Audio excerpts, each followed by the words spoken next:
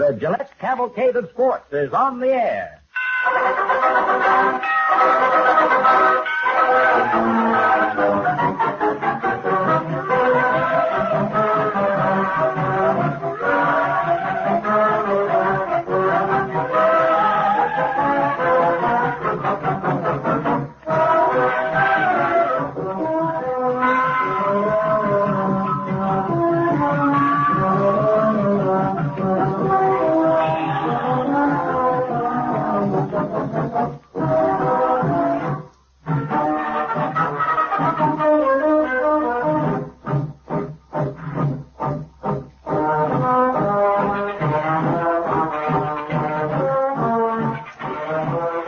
Ladies and gentlemen, and hello, baseball fans everywhere.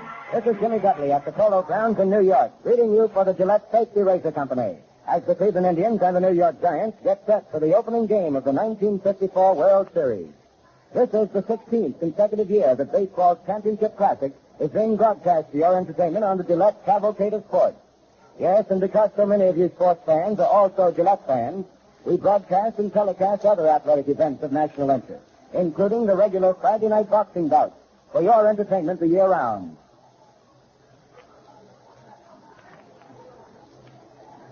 And now, fans, we turn you over to one of baseball's all-time greats, Frankie Frisch, the Fordham Flash. Frankie is on deck in the clubhouse right now to give you the inside dope on the series. Today he interviews Baseball Commissioner Ford Frick, the National and American League presidents Warren Giles and Will Harridge, along with Leo Durocher and Al Lopez. Take it away, Frankie Frisch. Hey, Frankie Frisch. Good afternoon, fans. Well, it's a pleasure to have on our Gillette program the both managers of the two fine ball clubs, Mr. Al Lopez. Al, how are you? The Cleveland Indians and Leo Durocher. Say, Al, I'm going to ask you one question. You've done a terrific job. Well, to be on a championship club, you've got to do a terrific job. What would you say is responsible for your club winning the pennant this year? One or two. Now, you finished, second back in those Yankees for 2 or 3 years? 3 years in a row, Frank. 3 years in a row. What couple of men, or 3 or 4 men, helped you? Well, Frank, the only thing I can say is Vic Wertz was a great help to us at first base. It gave us that little extra punch. Our bench was tremendous. It really helped us because we had fellas like Rosen, Strickland, Avila, and really top-flight ball players out of the lineup for 2 or 3 weeks at a time. Then our extra pitching. Fellas like Newhouser and those 2 young boys, Don Morsey and Ray Noreski, did a tremendous job for us. I think that was responsible mostly for the success that we've had this year. Say, Leo, that Giant Ball Club, that first game outfit's pretty good. How about your club hopping up there? Well, Frank, they played wonderful as a team, as you well know, and I couldn't put my finger on any one man. Alvin Dart, naturally, the captain of the club, Willie Mays, were great, Matt Nelly. But I think it was more of a team effort as a unit that did a great job, and naturally, Al sitting alongside of me here, I'm hoping we can continue right on through the series. Well, you know, I get a pleasure out of this because both you fellas played for me, and both wonderful team men. Let's not go back that far, Frank. No, that's all you want. A few years back, I mean, of course, in a few gray hairs. Say, listen, Al, a Gillette razor. I know you'll enjoy it. In the back of that. Thank you, Frank. That's a very nice razor. Thank you. And Leo? This is my favorite, too. Well, I say, how old is that youngster of yours? He's 12, Frank. Look, give him one of those, too. He'll be able to shave pretty soon. And in the back of that, I know he's going to enjoy that World Series, the Gillette World Series record book. It's got everything in it. It's a terrific book, and it's got every little thing in it. It's even got the Flash's name in there. Hey, thanks kindly for being with us. And lots of luck to both of you. And take care of your health. Nice to see you. This is indeed a pleasure. I'd like to introduce to you, fans, the Commissioner of Baseball, Mr. Ford Frick. Hi, Frank. Hi, thank you. And Mr. Warren Giles, the President of the National League. Hi, Frank. And Mr. Will Harridge, President of the American League. Nice to see you, Frank. Mr. Harridge, nice to see you, sir. And the Deputy Assistant Secretary of Defense, James Mitchell. He's here to make a presentation on behalf of the Armed Forces Radio Services. Mr. Frick, Mr. Giles, Mr. Harridge, as the representative of Secretary of Defense Charles E. Wilson, it's a real privilege to present these certificates of appreciation for your cooperation in making possible the broadcast of Major League games to our service men and women overseas by the Armed Forces Radio Service. The Armed Forces Radio Service has 72 local stations all over the world. They broadcast, in addition to sports events, news, shows of various kinds, and you can imagine what it means to these young men and women who are representing America all over the world to be up to date inning by inning, with Major League Baseball. It's a real pleasure, and I really appreciate your cooperation in making these broadcasts possible.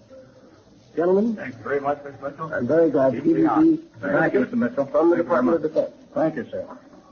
Thank you very kindly, gentlemen. Mr. Frick, if you come over and sit down with the old flash for a few minutes, I'd just like to have a little chat with you, sir. Well, Counted on that one. and it's always a pleasure to sit with the Commissioner of Baseball. You've been a wonderful man. You were in the radio business, Mr. Frick, is that so? Well, that's one of the chapters in my past. It's a dark chapter, Frank. And also a newspaper man. Yes. Now, are you neutral in this series? I'm completely neutral up to a point, yes. I hope we have a great series. I hope we don't have any umpire trouble. I hope it doesn't rain. As concerns those things, I'm not neutral. Well, the weather it's a beautiful day for a ball game. Is that right? Marvelous. It's marvelous It's a beautiful day. And I know no pitcher can complain about pitching a ball game today as being too hot Or too cold. or too cold. Oh, indeed. What do you think about the attendance? I have a hunch, Frank, that if this, however long the series goes, that for the number of games it goes, we will break the attendance record. How many? Go ahead, Mr. Cooley. Well, you see, we have two great parks, and if it should only go 4 games, I think we would break the attendance record for 4 games, or 5 or 6, depending on how many we go. The seating capacity at the Polo Grounds is 55,000, isn't it? Frank, I really don't know. It's right around that yet. And of course, you Cleveland? take out in World Series, you take out quite a few seats to take care of radio and newspaper men and telegraphers and that sort of thing. We take out probably 600 or 800 seats. And, there was one question I wanted to ask you, Mr. Commissioner. How about the boy that's going to throw out the first ball today? It's going to be little Jimmy Berendisi, I think his name is, and I'm awful proud to have him. He's the center fielder and the captain of the Little League team that won the World Championship. Oh, that's fine. I hope his arm's in good shape so he reaches out to that mound and does a good He's not job. big, Frank, but he's still young. You know, they can hit that ball when they're young. How old is he? Well, he can't be more than 12. Oh. But Little League ends at 12, you see. That's right.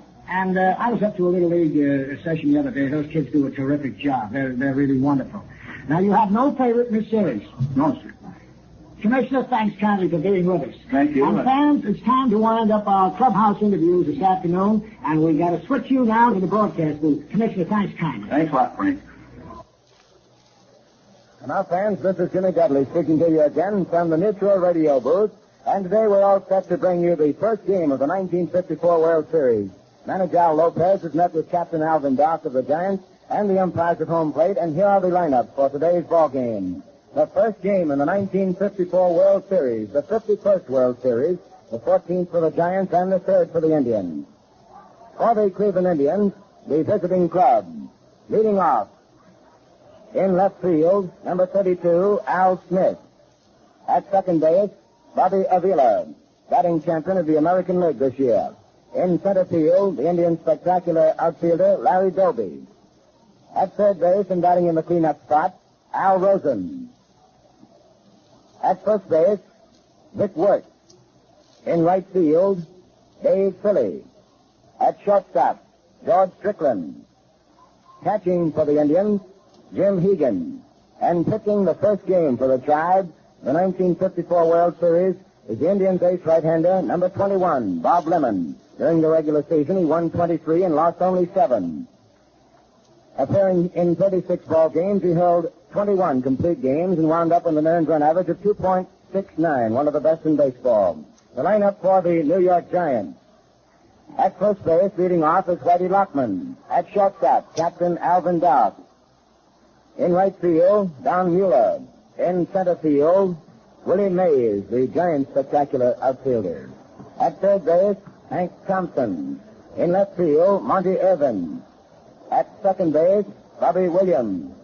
Catching for the Giants, Wes Westrom. And pitching the first game for the Giants, Sal Magley. Winner of 14, losing only 6 during the regular season. This broadcast is authorized under broadcasting rights granted by the Commissioner of Baseball solely for the entertainment of our listening audience. Any publication, rebroadcast, or other use of the descriptions and accounts of this game without the express consent of the Commissioner is prohibited. Here are the umpires for this afternoon's game. Working back of the plate, from the National League, Violet. At first base, from the American League, Berry. At second base, from the National League, Conlon. And at third base, from the American League, Stevens. The 2 alternate umpires who will be working the foul lines in the first game of the 54 World Series. On the left field foul line will be one of the game's great pitchers of years gone by, Lon Warnke. And on the right field foul line from the American League, Larry Knapp. And the stage is all set for what promises to be one of the most thrilling World Series in the history of the game. This, as we said a moment ago, is the 51st World Series. Bob Lemon versus Sal Maglie. Here at today's ball game is a youngster who is getting perhaps one of the greatest thrills of all time in his life, young life. Jimmy Barberi of Schenectady, the captain of the Schenectady Little Leaguers, world champions in Little League play, threw out the first baseball and will throw it out again as we get ready to go. Now the Giants take the playing field, and that means that action is coming up. Right now, let's pause 10 seconds for station identification. This is Mutual, the radio network for all America. And this is WGN, your exclusive World Series station in Chicago.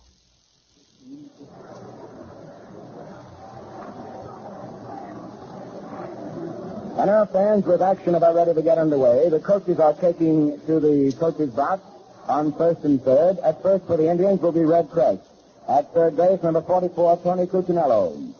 And may I take just a second of your time to say that it gives me a great thrill to be working my first World Series game. A great deal of pleasure to sit up here in the Mutual Radio broadcast booth. And now with Sal Maglie taking those last few warm-up pitches, it is with a great deal of joy and pride that I turn you over now to Mutual's Man of Sport, the voice that has become familiar to millions of fans everywhere. Big in heart, big in sport, and big in voice. Al Helfer. Well, thank you very much, Jim Dudley. Good afternoon, everybody. And hi, fans all around the country and all around the world this afternoon. We're very happy, too, to have Jim Dudley up here for his first World Series. And we're happy, too, to be here on the Eastern Seaboard this afternoon to have such beautiful weather. The kind of weather you'd expect for this fall classic. Sal Maglie has been warming up for the past about half hour, and is he on the mound right now, getting ready to make the first pitch here to the first man up for Cleveland, Al Smith, their splendid left fielder. We have a wind very stiffly blowing in from behind left field here this afternoon as bright, brilliant sunlight bathes Coogan's Bluff. And we expect that the fly balls hit into right center field will be carried and lofted away by the wind that is coming in right now. Sal Maglie is taking the last of his warm-up pitches, and we'll set the New York Giants for you defensively now. On the mound, Sal Maglie, who has won 14 ball games, has lost 6 this year, has pitched 1 of the 17 shutouts that have been registered by Giant pitching. His battery mate is a very dependable Wes Westrum, although a light hitter, a very fine receiver. At first base is Whitey Lockman, the Carolina Comet. At second base, the kid from Dallas, Davy Williams. At short, the old Bayou Tiger. And that's Alvin Dart, the captain of the ball club. At third base is Hank Thompson, a fine little left fielder, a fine little third baseman, and also a fielder. And now, the ball will be tossed out by Jimmy Barberi. And it is being tossed out, and Wes Westrum catches it, goes over, shakes his hand, congratulates him on being a fine ball player also. And we are getting ready for the first pitch in the 1954 World Series, the 51st World Series, to go to the board between the American and the National League. Out in left field, Monty Irvin, who made quite a splash by stealing home base in the 1951 World Series. In center field is Willie Mays, the Say-Hay kid. And in right field, a very dependable Don Mueller. As Sal Maglie steps up on the rubber, looks down at the right-handed hitter, and takes his side from Wes Westrum. Al Bollick behind the plate leans down over the shoulder of Wes Westrum to get a look at the first pitch. As Al Smith, shifting up on the handle of the bat, steps in about 3/4 deep at the plate. Maglie over his head. Down comes the pitch of fastball, which is inside and tight off the letters for ball 1. So the 1954 World Series, ladies and gentlemen, is on the fire. Wes Westrum down in the crouch again to pump the sign as Smith stands there and waits. He's batting at .281 on the regular season. Sal Maglie in no hurry, and you can't blame him. Goes over his head, pumps, kicks, and throws a curve. Smith runs up, ducks the bunt, takes the pitch low outside, and it's ball 2. 2 balls and no strikes. The count on the very first hitter up here for Cleveland, bidding to win their 3rd straight World Series. They've won 2, as Jimmy Dudley told you, they have lost none. While the Giants have appeared in 13, and they have won 4 World Series and have lost 9. Maglie delivers a high fastball into the chin. That's ball 3. 3 balls and no strikes. The count here on the Cleveland leadoff man, Al Smith, the left fielder. He'll be backed up by the American League batting champion, Bobby Avila. Time is called for the moment while Wes Westrum walks that ball partway back to the mound to Sal Maglie. And the barber from Niagara Falls, New York, turns his back on Al Smith, looks to the scoreboard in center field, and then turns around and places the foot up on the rubber, leans forward to take his sign. Wes Westrum again to pop the mid at the target. Now here's the motion. Up over his head goes Maglie, delivers that crooked-arm curve, and hits Al Smith right in the middle of the bat. So we have the first hit batsman. And Cleveland has their first runner in the 1954 World Series. So coming up to the plate now, batting at .341 in the regular season, Bobby Avila, the veteran pride of Veracruz, Mexico. Bobby Avila, who has done just about everything for these amazing Cleveland Indians this year. Standing deep at the plate, about 3/4 deep, crowds up on it somewhat, hits him right-handed, and holds that bat way down to the knob, despite the fact he's not a very big guy. He's a fine hit-and-run man, particularly when he's on the bases. They'll play hit-and-run. Al Smith leads off at first, Lockman on the inside corner. Maggie Good is a curve, and Avila jumps back from a fast one, fired in at the weight. That's ball one on Bobby Avila. Sal Magley makes the motion. He doesn't want to throw that ball anymore, and a new one has gotten out of the pocket of plate umpire Al Bart.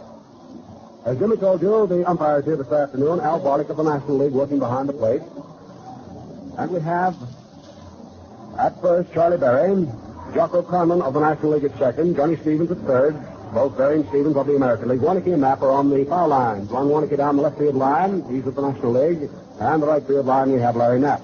Down the bullpen, we have a left-hander warming up now for the New York Giants, Don Little, just in case Sal Magley should be having a little trouble with his control. But there's one thing we can tell you, Magley usually starts shakily like this and settles down. The pitch to the plate now to Avila is the fastball over for a strike. 1 ball and 1 strike now. The count on Bobby Avila, hitting number 2 in the Cleveland order. He'll be followed by Larry Doby. Doby, who has posted quite a year with the Cleveland Indians. He's been their RBI leader, their home run leader. He's played a lot of fine defensive center field. But right now we're centering our attentions on Bobby Avila at the plate. The pitch to him is a curveball swung on by Avila and dumped out into right center field. It's in there for the base hit. There goes Smith down to second base. He's going to hold on. No, he's not. He's going to keep on going as Mueller bobbles the ball. Fires in quickly to third base. Well, we'll get the official ruling on that for you in a moment. It may be a hit and an error. We'll know in a moment as Ed McCauley, Bonnie Krummenko, and Harry Jones are discussing. It'll be a single to right center field for Bobby Avila, and an error will be charged to John Mueller, the on-charging right fielder who tried to field that ball and get it in quickly. And the error, of course, allowing Al Smith to move around to third base. So there is the first error of the 1954 World Series, charged to right fielder Don Mueller.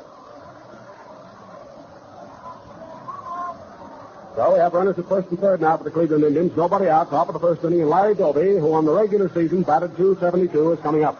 He's a left-hand hitter, crowds in on the plate, holds that bat way down to the knob, and bats from a crouch. Infield playing double play depth as the pitch is made to the plate. Doby takes the fastball outside and high, just about at shoulder level for ball one. Sal Magley in trouble, grabs that rosin bag, he slams it down on the ground, turns around, shakes his head.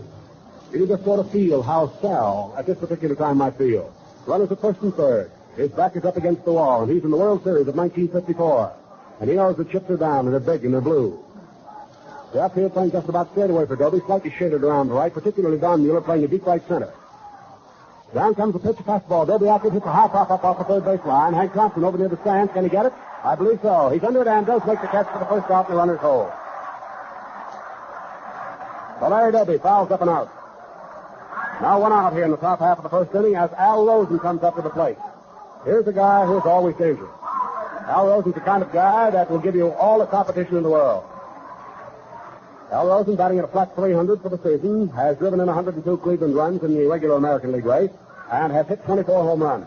And he played a greater portion of the season with a bad hand and bad finger.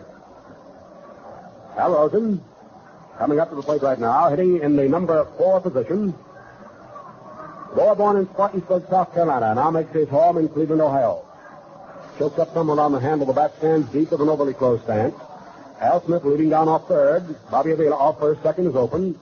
Double play depth on the Giant infield. The pitch is made, swung on. There's a high pop-up. This one coming down to Whitey Lockman at first base. He's under it, waiting for it. He's got it. So Rosen pops up and out to first baseman Whitey Lockman. And now it's going to take more than that sacrifice fly to get the runner in from third base. The break is 0-0 tie. The Cleveland Indians started off right away by threatening. Al Smith was hit by the pitch. Then went down to second base on Bobby Avila's dunk single in the right center field, and the overcharge by right fielder Don Mueller. He tried to field that ball before he really had it. Tried to fire it over to third base to make sure that Al Smith didn't get there, but in his excitement and in his hurry, he dropped the ball, and an error was charged against him. So here's Vic Wertz up at the plate now, batting at .256. He's been a powerhouse guy, hit for left-handed. Sal tries the fastball on him and misses with a shoulder high outside for ball one. Outfield stand around the right, playing deep, the right side of the infield deep, particularly Davy Williams in the hole between first and second. He's back on the rim of the outfield grass. Lockman holding the runner Avila at first. The pitch is made. Wood swings. There's a long drive in the right field. Don Mueller has to hurry. He's gone back. He can't get it. He's up against the wall in right center field. In comes Smith to score. Bobby Adair is right behind him. There goes Vic Wertz. He's going to try for three. The relay by Williams is not in time. As the slide by Victor Wertz gets him into third with a triple.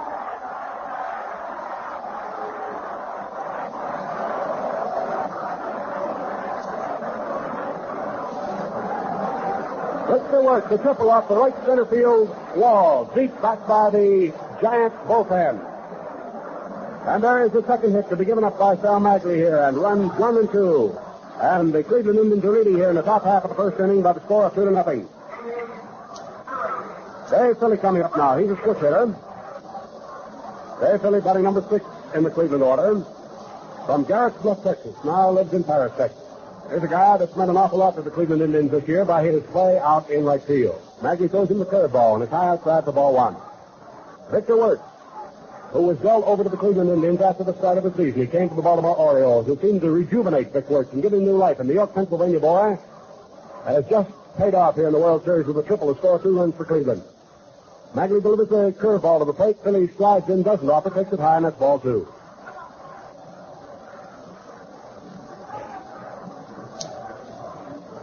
Two to nothing favor Cleveland here in the top half of the first inning. 2 down, 1 on. Sal Magley in trouble. Delivers a big curveball. Wilkes swings on. There's a high fly ball to deep right field. Going over to his right, getting under now is Don Mueller. Back to the cinder track. He makes it for the third and final out here in the first half of inning number 1. So for the Cleveland Indians, they cash in with a pair of runs here in the top half of the first inning. 2 runs on 2 base hits. There was 1 error charged to the Giants, and there was 1 Cleveland runner left on.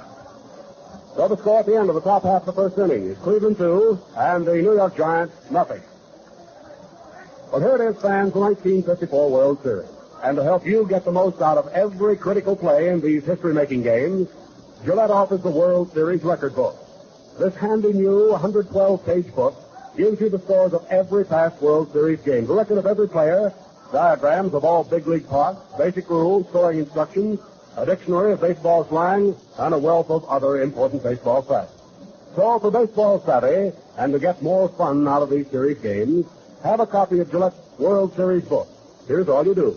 Just treat yourself to an easy-shaving Gillette Super Speed razor set, including blue blade dispenser and travel case, at the regular price, $1. The record book is attached, and it's free. Right back at the business at hand here at the Polo Grounds in New York City as we move into the last half of the first inning of the first game of the 1954 World Series. The leadoff man for the New York Giants will be Whitey Lockman, their spectacular first baseman. He'll be followed by Alvin Dart, a great competitor at shortstop and captain and field leader of the ball club. Then will come Don Mueller in right field. If anyone else is needed in the inning, the National League batting champion, Willie Mays, the center fielder, will be up there swinging lumber. Bob Lemon, from Long Beach, California, who appeared in 36 games this year for the American League champions, with an earned run average, as Jimmy Dudley told you, of 2.69, is coming out there to do the pitching now for Cleveland. His battery mate, the very dependable Jim Hegan behind the plate. At first base, Victor Wertz, who has turned this ball game upside down so far. With his triple, it scored 2 runs for Cleveland in the top of the first. Bobby Adair will be at second. At shortstop, George Strickland. And at third base is Al Rhodes. In the outfield, we have Smith. In left, Roby in center. And we'll get the right field in a moment. As Whitey Lockman comes up there, bunks the first pitch past the man. Bobby Adair comes in, picks up, shovels over to Victor Wertz in time. And that's all for Whitey Lockman, who tries to bunt his way on in the top half, the last half of this inning. See down there in front of the dugout, Leo Durocher is walking back and forth. He's talking to his boys. He's played a lot of these World Series games. And would you like to know how he made out? Well, the facts are in the Gillette World Series record book. Leo himself says that Gillette book sure gives you baseball savvy, and it's free with the purchase of a one-piece Gillette razor at the regular price. Alvin Dart coming up there now. 1 out. Nobody on here in the last half of the first inning. Alvin Dart hitting right-handed. Batted .293 in the regular season. Bob Lemon, 23-game winner for the Indians, delivers a curveball that misses inside and tight for ball 1. The right fielder this afternoon for the Cleveland Indians, and I don't believe we got to him defensively, is Dave Philly. So we've set everyone for you now defensively. As Bob Lemon, chewing gum out there a mile a minute, delivers a fastball that's low and outside to a right-hand hitter. Alvin Stark counts quickly now is 2 balls and no strikes. 1 out, last half of the first. The Giants behind as Cleveland has scored twice in their top half of the first inning. to lead 2-0. So as the boys would trade, you'd say they lost no time in getting to it. Lemon ready, delivers 2-0. His fast curve snaps off low and outside, and Bob will throw you all that sinker stuff. He throws you pretty good sliders, and his fastball will hop if it's working good. Freddie Fitzsimmons, coaching at first for the Giants. At third is Herman Frank. There's the fastball, laid through but low. That's ball 4, and Alvin Dart, the 293 hitter, has walked here in the last half of the first inning. So there's the first base on balls, given up by Bob Lemon. He walked only 93 during the entire year. Don Mueller finished very high in the National League batting race for the Crown. He hit 342 behind his teammate, Willie Mays, who led the National League with 345. Don Mueller hitting left-handed. He's not a long ball hitter, but does a lot of punching. He chokes up well on the handle, feet wide spread apart, but stands deep at the plate. Infield on the left side up, expecting the bunch of pitches made to the plate. Low and inside, right down across the shins. That's ball 1. The outfield playing fanned around the right and not too deep. Bobby Avelli in the hall at second base is playing deep, but not back as far as the rim of the outfield grass. Vic Wertz, the Cleveland first baseman, holds Alvin Dart at first base. Alvin has a slight lead. Playing a shallow third is Rose. He's up almost on the rim of the infield grass, expecting that Don Mueller might be trying to drop one down the third base line, thereby get on. But Mueller right now represents the tying run at the plate for the New York Giants. 2-0 Cleveland. Lemon is ready. Delivers. There's the fastball. Swung on. Hit out into right field. It's going to be in there for a base hit. Bouncing up against the wall. Philly plays it. Mueller holds at first base. The throw comes in. Alvin Dart legs to third.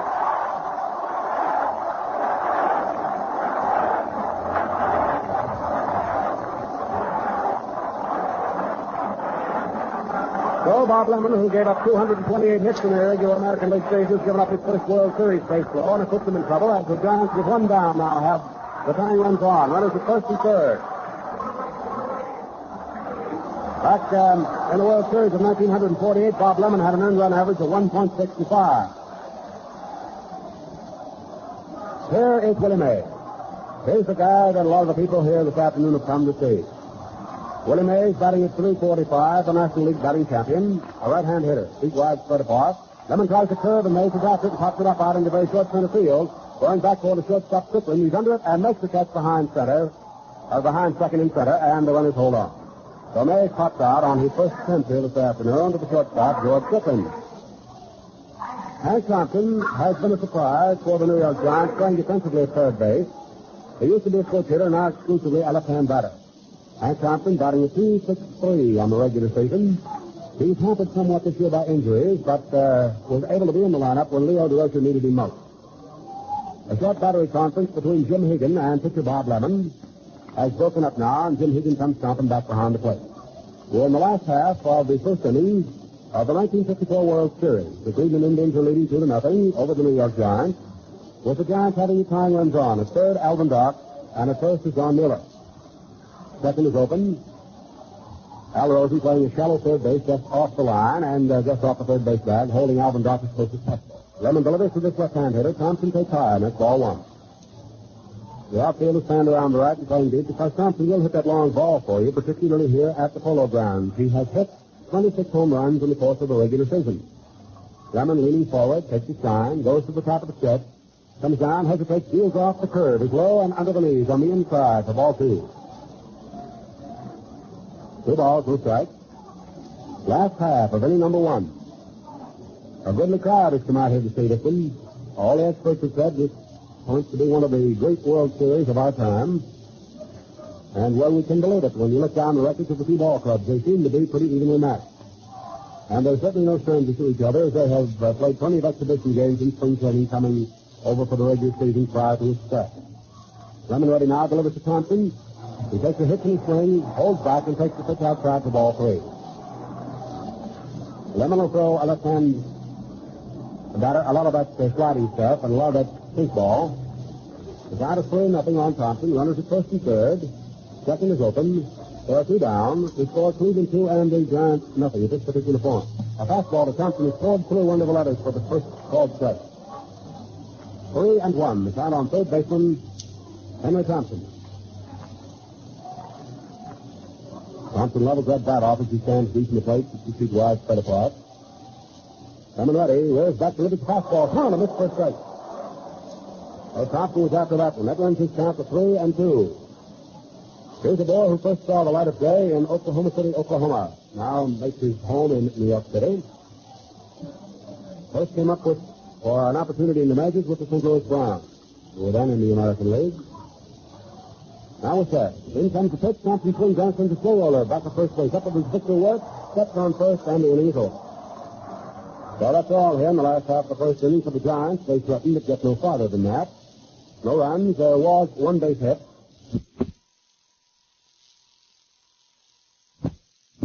Two men on, and the winner, Cleveland errors. So at the end of the first inning, still remains, as we have told you, Cleveland leading by the 2 runs. And Al Rosen, playing down there at third base, certainly has been a bulwark on this ball club for the Cleveland Indians. His fighting spirit has meant an awful lot. And Al Rosen wound up the season, as I told you a moment ago, with an even 300 batting average, despite the injuries he too had. He's a mighty solid ball player, everybody. One of the best-looking guys you see anywhere, and one of the nicest.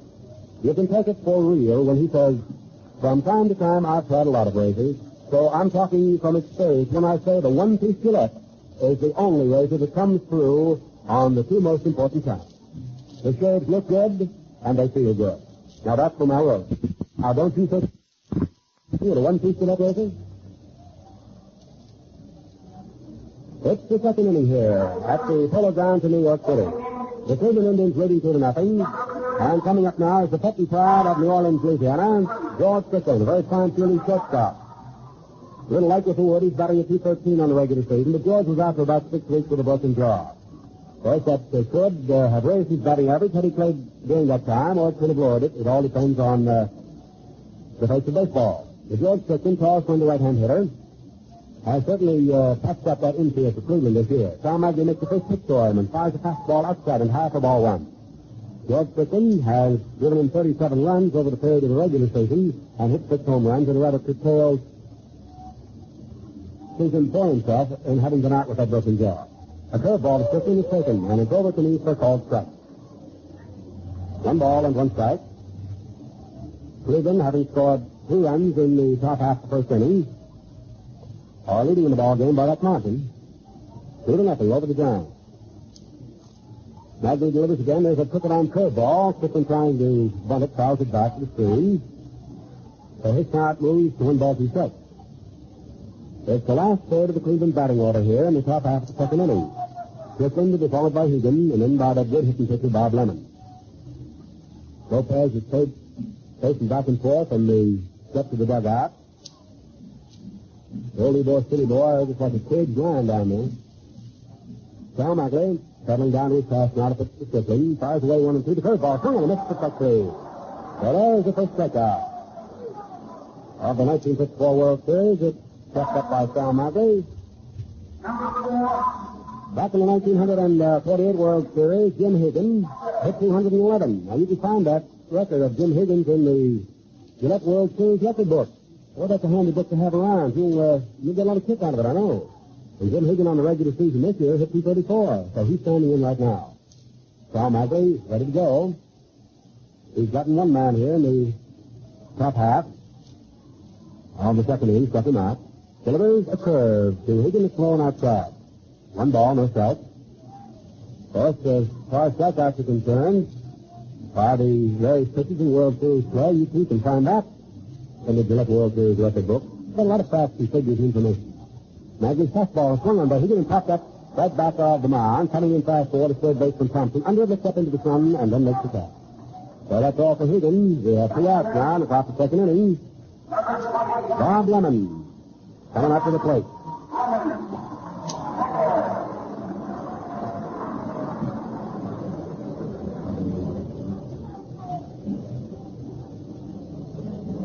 Bob Lemon moving in.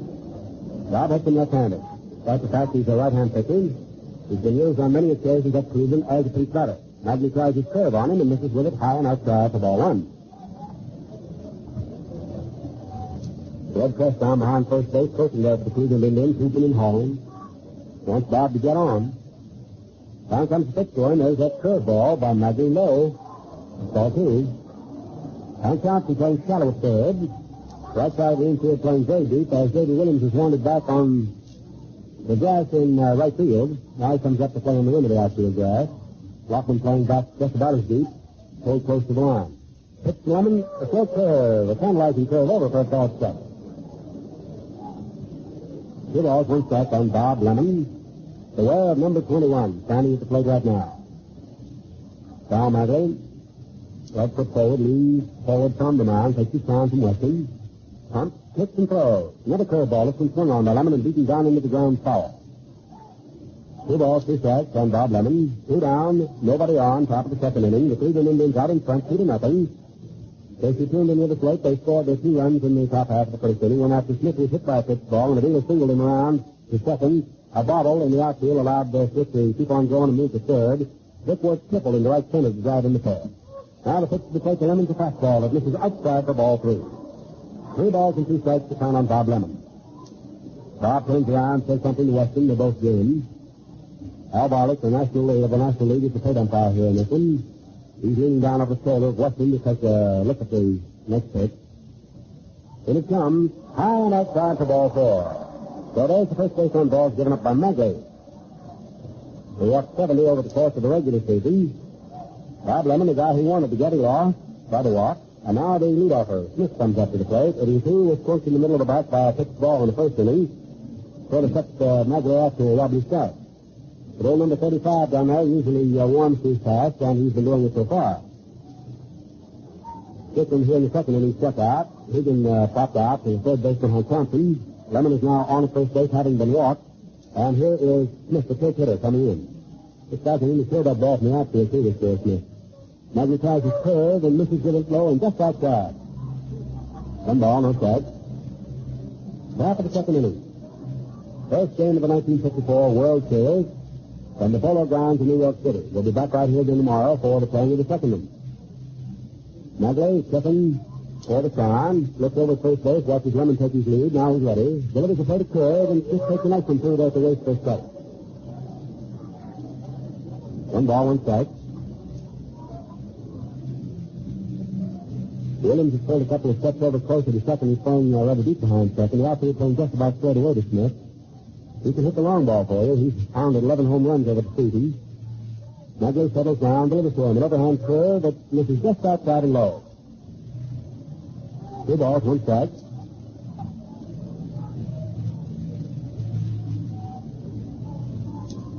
Six umpires, 6 men in blue, watching the progress of this ball game. Every one of them a fine umpire. We've seen them work many times over the course of the year. Magley ready, fires the pitch to the pitch. Come on, there's a bounding ball hits foul up the third base line. Gets right over near the crowd, right past the third base coach, Tony Piccinello. He's a fine ball player in his day, too, that Piccinello. A fine guy, too. He and Fred Crest are the 2 fellows that really help him. Fred Crest is the Cleveland coach at first base. This is no Friends ballpark. Fred Crest, he was here with the Giants, I remember, in 1945 as a coach. Now they 2-2 delivered by Magley. Down comes that pitch. Fastball swung on, hits foul right back to the screen. That's going up on top of the first section. And it's loaded here this afternoon. They've got more people covering this ball game this afternoon than you can take a stick at. Also, we're very happy to know that the ball game is going around the world. All over the world. Almost every available radio station is hooked in this afternoon to the Gillette Cavalcade Sports broadcast. Now Magley's ready. Here's the 2-2 delivery. An overhand curve is going outside. Missed for ball 3. One of the big factors in carrying this ball game around the world, of course, has been the Armed Forces radio stations. And they're hooked on with us again today. I think there's going to be some activity down in the giant bullpen. This is where Don Liddy is going to get up again and start to throw. Don Liddy, the left-hander. Now the 3-2 pitch to the plate. In it by, Taylor missed the strike 3. They got him on a low curveball, just about the lead. Well, that's the second strikeout here, as far as Magley is concerned. And here in the second inning, no runs, no base hits to Cleveland. Lemon is walked, he's left at first. There were no errors. So, no runs, no hits, no errors. 1 man left on. And at the end of 1.5 innings of play, the score is Cleveland 2, the New York Giants, nothing.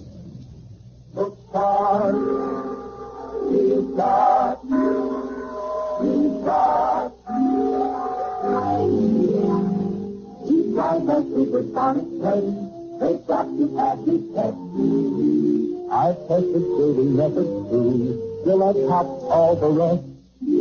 I've got a name, man, I'm worth. So I reach for my Gillette. Enjoy it this refreshing day. For a good life, I'm all set. Look sharp, this is very best. To sharp, all the years from race, from the sharp. And we take the rock in the perfect breaking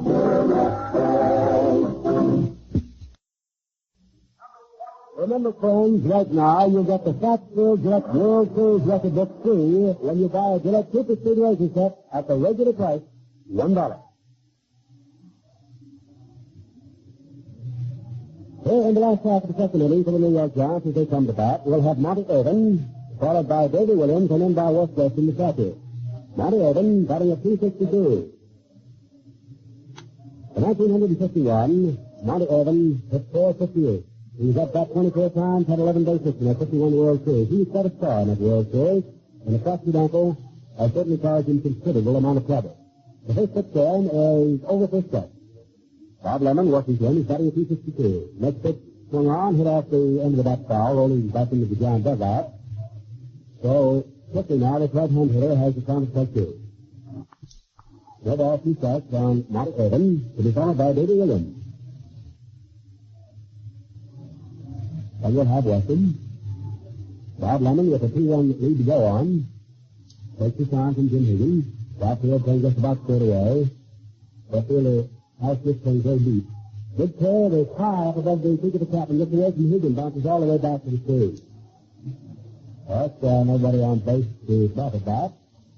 So that'll go as ball one. 1 ball, 2 strikes. Higgins leading in the first game of the World Series.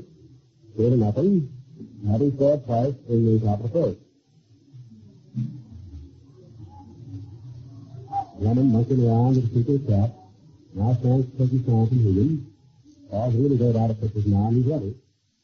Monty Irvin just up bat away from his left shoulder. In comes the pitch. Irvin swings on it and sends a bounding ball off the third baseline foul. He's serving with the stand. Third base umpire, Johnny Stevens of the American League, runs over to retrieve it and throw it to Herman Frank to reload on in behind home plate. And, of course, the new ball goes to the mound of Bob Lemon.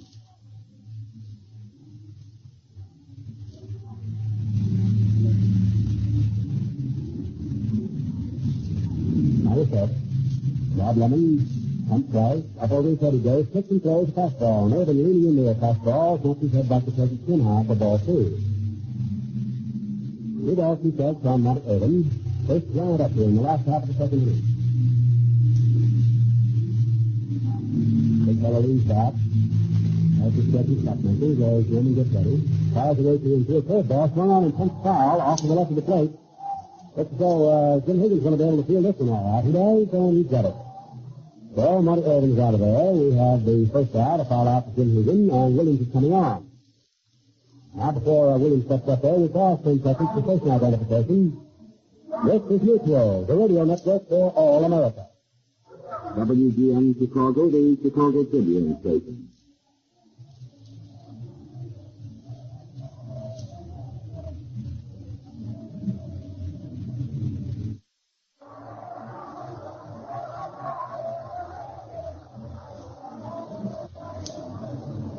Now, Davey Williams, who on the regular season batted .222. Right-hand hitter takes the fastball forward through by Lemon for a called strike. Just right off the belt buckle on the inside slice. This is the guy the Cleveland Indians had a whale of a lot of trouble getting out in the spring exhibition game. He liked to wear the Cleveland pitching out. Pitch in the swung on there. A bounding ball hit the third. Rosen on one half is up with a throw to first base to Vic Wertz in time. And Davey Williams is out number 2. So if they third, the first 5-3 ground out if he's scoring with this afternoon. West Western, a 187 hitter over the course of the regular season, is coming on to face this 23-game winner, Bob Lemon. Bob, as Jim Dudley told you, won 23 ball games and lost 7. Of the 12 shutouts the Cleveland Indians sat from this year, Bob Lemon accounted for 2 of them. Bob out there on the mound right now, ready to pitch to West Western. This Western, powerful hitter, good set of wrist. The kind of guy that'll give you the long ball quite often. He either hits him a country mile or he doesn't hit him at all. And he'll poke the long ball into the stand for you. He's hit 8 home runs this year. Lemon's fastball is low and outside for ball 1 to Western. Herman Frank's putting on the signs down behind third. He's relaying from the bench from Leo Durocher. Weston checks with him, then steps back in as Lemon comes down with the next pitch, a curveball, and there's an unintentional foul back as Weston tried to check his swing, but the ball hit the bat and went back anyway. So that'll run his count to 1-1.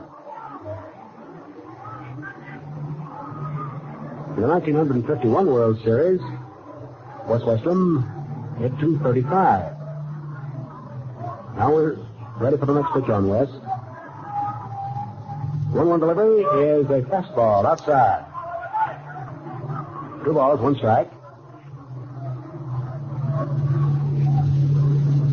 Bob Lemon, going to pitching here this afternoon for Cleveland, has gotten past 2 men here in the second inning. Bases are empty. Delivers, Weston swings, goes on shot, hit right past third, down into the corner. Wes Westrum is going to first base, takes his turn to the left and inside and holds on. Just coming up nicely with him left field. As he throws back in to the shortstop Dickens. Well, Westrum singles here in the second inning with 2 down. That's the number 2 off Lemon. Here's Sal Magler coming up.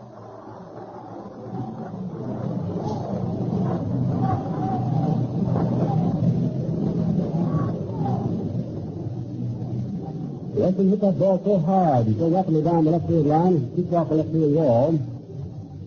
He had no chance to try to make 2 out of it. The ball was in the hands of Smith, and he told you Smith had a very fine arm, and he yielded him to pick the Weston had to hold the first. The first pitch to Sal Magler is low curveball, and he starts to go for a tries to check his swing, but there's too much around on it, so it's called against him. Strike on the count on Magler. Magler right-hand hitter, 2 yards spread apart. Lemon set, delivers, and it's way up above the peak of the cap, the ball 1. Lemon almost had that ball get away from him. He doesn't want to use it anymore and tosses it back to Higgins. Now Barley takes a look at it and said umpires it here like he's a it. Well, and the ball was fired to the mound to Lemon. He wanders around out there, turns it around in the palms of his hands. Weston, the base runner, to the ground, on his first base. Here in the last half of the second inning, he's 2 down, and it's 4-2 in favor of Cleveland. Sal Magler up at the plate with the count of 1 ball, 1 strike. The number 9 hitting is John Turtle. Now Lemon is ready to pitch there. Down it comes. Maggie takes low and outside. That's all through.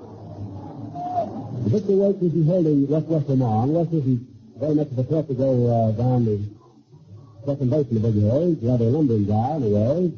A road can pick him up and lay him down, surprisingly well. Wertz is right back to his fielding back. Magler backs off the fastball and takes it with the knees and costs him. It's in good strike. 2 balls, 2 strikes on Magler. 2 out, 1 on here in the second inning.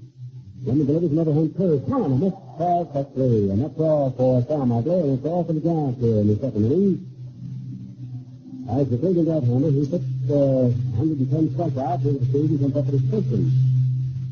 So here in the second inning for the Giants, right left at no more. No runs, there was 1 base hit. That's the grand touch single into left half Rosen. There were no errors, 1 man was left on. It couldn't have been left on now by the Giants. Well, it's off the infield to play now. It's 2-2, and the New York Giants nothing.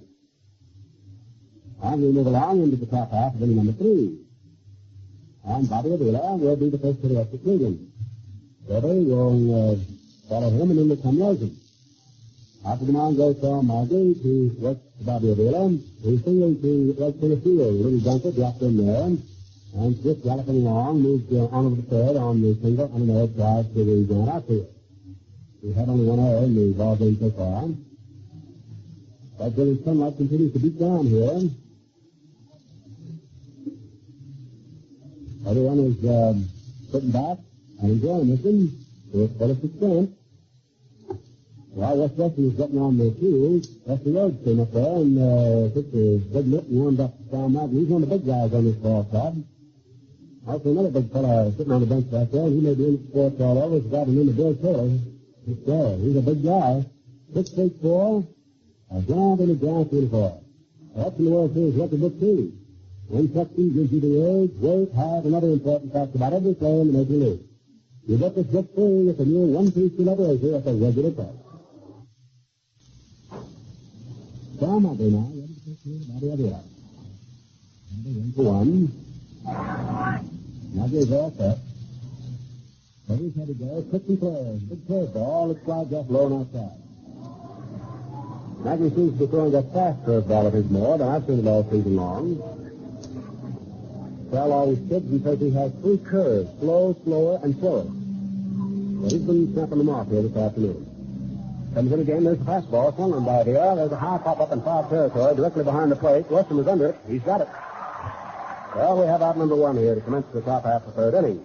Bobby Wheeler fouling out to West Weston. The batter coming up to the plate now is Larry Doby, who with runners at first and third and nobody out in the first inning, fouled up and out to third baseman Hank Thompson. On deck to go next will be Flip Rosen, Al Rosen. 2-0 ball game in favor of the Cleveland Indians. Larry Doby hitting left-handed. The world number 14 stepping in. Magley whistles the pitch in there to him, and Doby takes it outside. That's ball 1.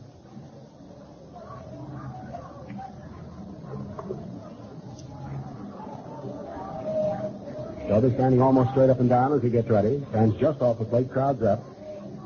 Thompson playing a shallow third and pulled out a little bit toward second. Magley throws the fastball and misses outside, shoulder high for ball 2. 2-0. The count on Doby with 1 down here in the top of the 3rd inning. No base runners. Cleveland leading 2-0.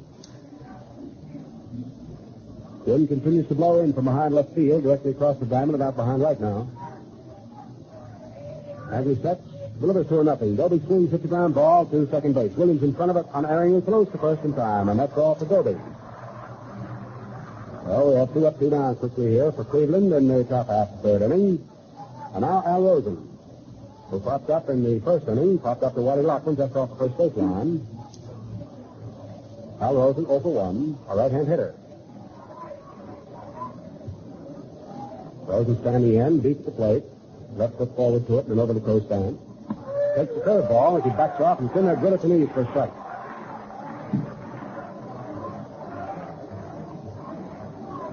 Two down, nobody on, top of the 3rd inning. Sal Magley apparently getting a little stronger as he goes along. Delivers curve, and Rosen swings and dribbles one up the third baseline, foul. Rosen's count, strike 2. Tony Cuccinello retrieving that ball and firing it in. Rosen picks it up off the ground, hands it to Al Barlick, and he tosses it out. Magley with a new apple out there on the mound, has it rubbed and ready. Outfield stand around the left and playing deep for Rosen. Rosen hit that long one for him. 24 home runs he's poked this year. Swings on a fastball, fast curve, and hits the foul off to the right of the plate. Down holding on him, strike 2.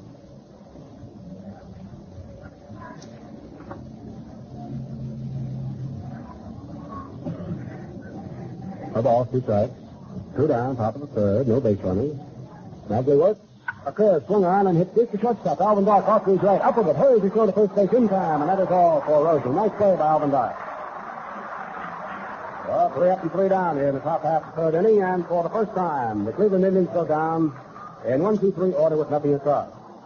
And the score at the end of 2.5 innings of play, Cleveland 2, and the New York Giants nothing. Well, I've got a hunch that you fans would like to hear from Dodger softball rookie Carl Spooner, who crashed through with 2 National League records in his first 2 Major League games. He pitched 2 consecutive shutouts and struck out 27 men. He's right here with me now. Carl, how did it feel to mow down 15 of those champion Giants the first time out? Well, it sure was a big day for me, Al. And now tell them how you feel about a shaving cream shave with the Gillette Super Speed Razor. That gives me a great lift, too, Al. A fresh, clean shave does it for me. Well, thank you very much, Carl Spooner. That's the Gillette Super Speed Razor he uses. A mighty big package of shaving comfort for just $1. The Gillette World Series record book is attached, and it's free. All right, we go into the last half of the 3rd inning here with the leadoff man coming up for the New York Giants, Whitey Luckman. Whitey Luckman stepping in here for his second at-bat of the afternoon. He came up in the 1st inning and tried to bunt his way on, a surprise play, as it was figured to be, and was thrown out by second baseman Bobby Avila, who came in the bare-handed play, fielded and fired the first in time to get him. So it's the last half of the 3rd inning with the Giants trailing here by the score of 2-0. And Jimmy Dudley, we've seen some pretty good baseball so far, boy, haven't we? You're absolutely right, Al, and it's going to boil down to just what the experts said, a real pitcher's battle all the way in just about every game. Well, we have a couple of veterans blown out here this afternoon that are well respected in their respective leagues. So let's see what happens here in the last half of the 3rd inning. Bob Lemon, 23-game winner for Cleveland, takes the mound to pitch to Whitey Luckman, the left-handed hitting first baseman of the Giants. This time, Whitey takes the pitch, and it's low and outside for ball one. Whitey gave no indication of what he was going to do that time. Outfield stand around the right, playing rather deep for Whitey, particularly Philly in right field. Lemon comes in with an overhand fastball. It's low. It's ball two.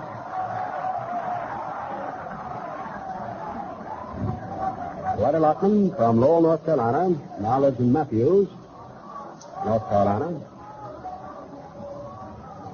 Lemon set. California right-hander delivers an overhand fastball. Pulled right through at the knees for a called strike. 2-1 on Whitey Lockman. Last half the third inning here at the Polo Grounds, New York City. Very ideal day for the Fall Classic. Shapely weather. An overhand curve to Lockman. In there, nicely for called strike two. Whitey was going to swing at that one and changed his mind at the last minute.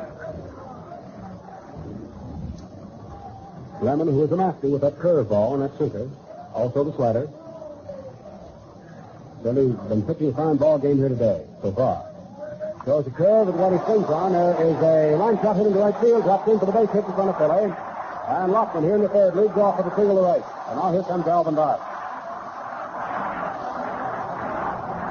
That's hit number 3 off Bob Lemon. Hit number 5 in the game as the Cleveland Indians off Mackley, who got off to a shaky start, got a pair in the first inning, a single and a triple. Plus, having had one man hit by the pitch, got them a pair of runs in, worth tripling them in. Now the Giants are trying to battle their way back here in the last half of the third inning.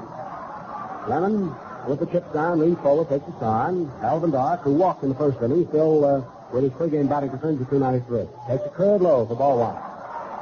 The percentages we're giving you are the percentages over the regular season. Now, back in the 1951 World Series, you'll find in the World Series record book, Alvin Dart hit .292. Bob Lemon is set now. Checks his runner at first. Go to the plate. There's the fastball low. 2 balls, no strikes. The count on Alvin Dart. As tension starts to come out a little higher here, particularly amongst the fans who are anticipating perhaps a Giant rally. We might further state that the Giants go into this World Series as the underdog. Most of the experts have picked Cleveland to win the Classic. Of course, all of that remains to be seen. As long as the guy is up there swinging, he's dangerous. Pitch a swing on by Doc. There's a shot bounding ball foul off the third base line. 2 balls, 1 strike on Alvin Dart. Giants have one man on here in the last half of third. That's Whitey Lockman. He rifled one into right field for a single. He's the base runner. Freddie Fitzsimmons coaching there. And the umpire watching the play at first base is Charlie Berry. Charlie Berry, former major leaguer himself, football star, an official, coach, and now a very fine umpire. Bob Lemon leans forward, takes the sign from Higgins, checks his runner back over his shoulder. Wheels the pitch into the plate, fastball swung on the Dart and fouled right up over our microphone. 2 balls and 2 strikes. The count on Alvin Dart.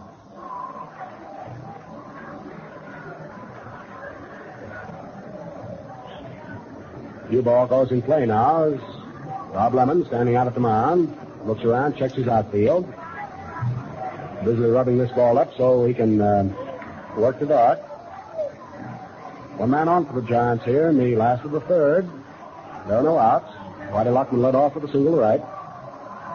Vic Wertz isn't holding him too tight. He's a couple steps back at his fielding depth. Now the pitch. Dart swings on a low curve ball and just does hit the foul. Count holds the 2 balls, 2 strikes now. We'll watch Whitey Lockman. He may be gone. He's always a threat to charge down the base paths. The Giants, you know, in the regular season stole 29 bases. The Cleveland Indians stole 30, so there's a pretty good comparison of how these 2 ball clubs run. Now we're set for the pitch on Alvin Dart. Lockman stole only 1 base during the regular season, credited with 1 steal. Fastball swung on by Dart. There's a high pop-up off the first base line going back near the stands in foul territory. It's into the stands and out of play. 2 balls, 2 strikes. That's count on Alvin Dart as he comes back, picks up that brown Betsy of his and gets ready to go to work again.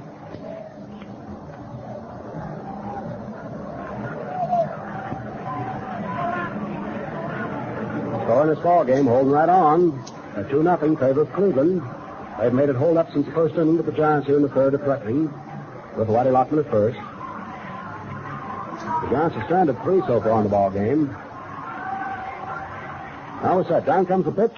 Low and outside. Whitey Lockman bluffed going to second base. Jim Higgin looked up to see if he was on the move. But Whitey fooled him. He stayed right at first.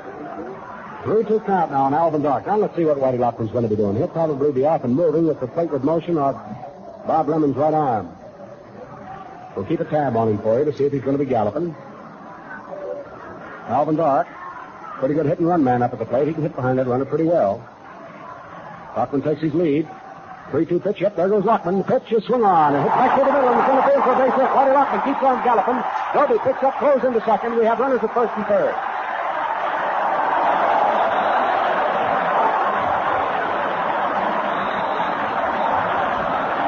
Just got through telling you that Alvin Dart was a pretty good hit and run man, and he comes through on the 3-2 count. Slams one into center field, and now the Indian infield will probably draw up tight. We'll see.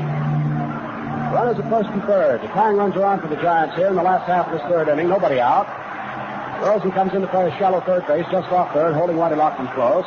The second base combination of Avila and Strickland go to double play depth. Wertz holds the runner Alvin Dart at first base. Up at the plate is Don Mueller. The pitch to Don is a fastball under the knee. Down in the bullpen for Cleveland, Art Houdeman gets up and starts to throw. Don Mueller, who singled the right field in the first inning, would very much now like to atone for the error he committed in the very first inning, allowing our runner to go from second to third.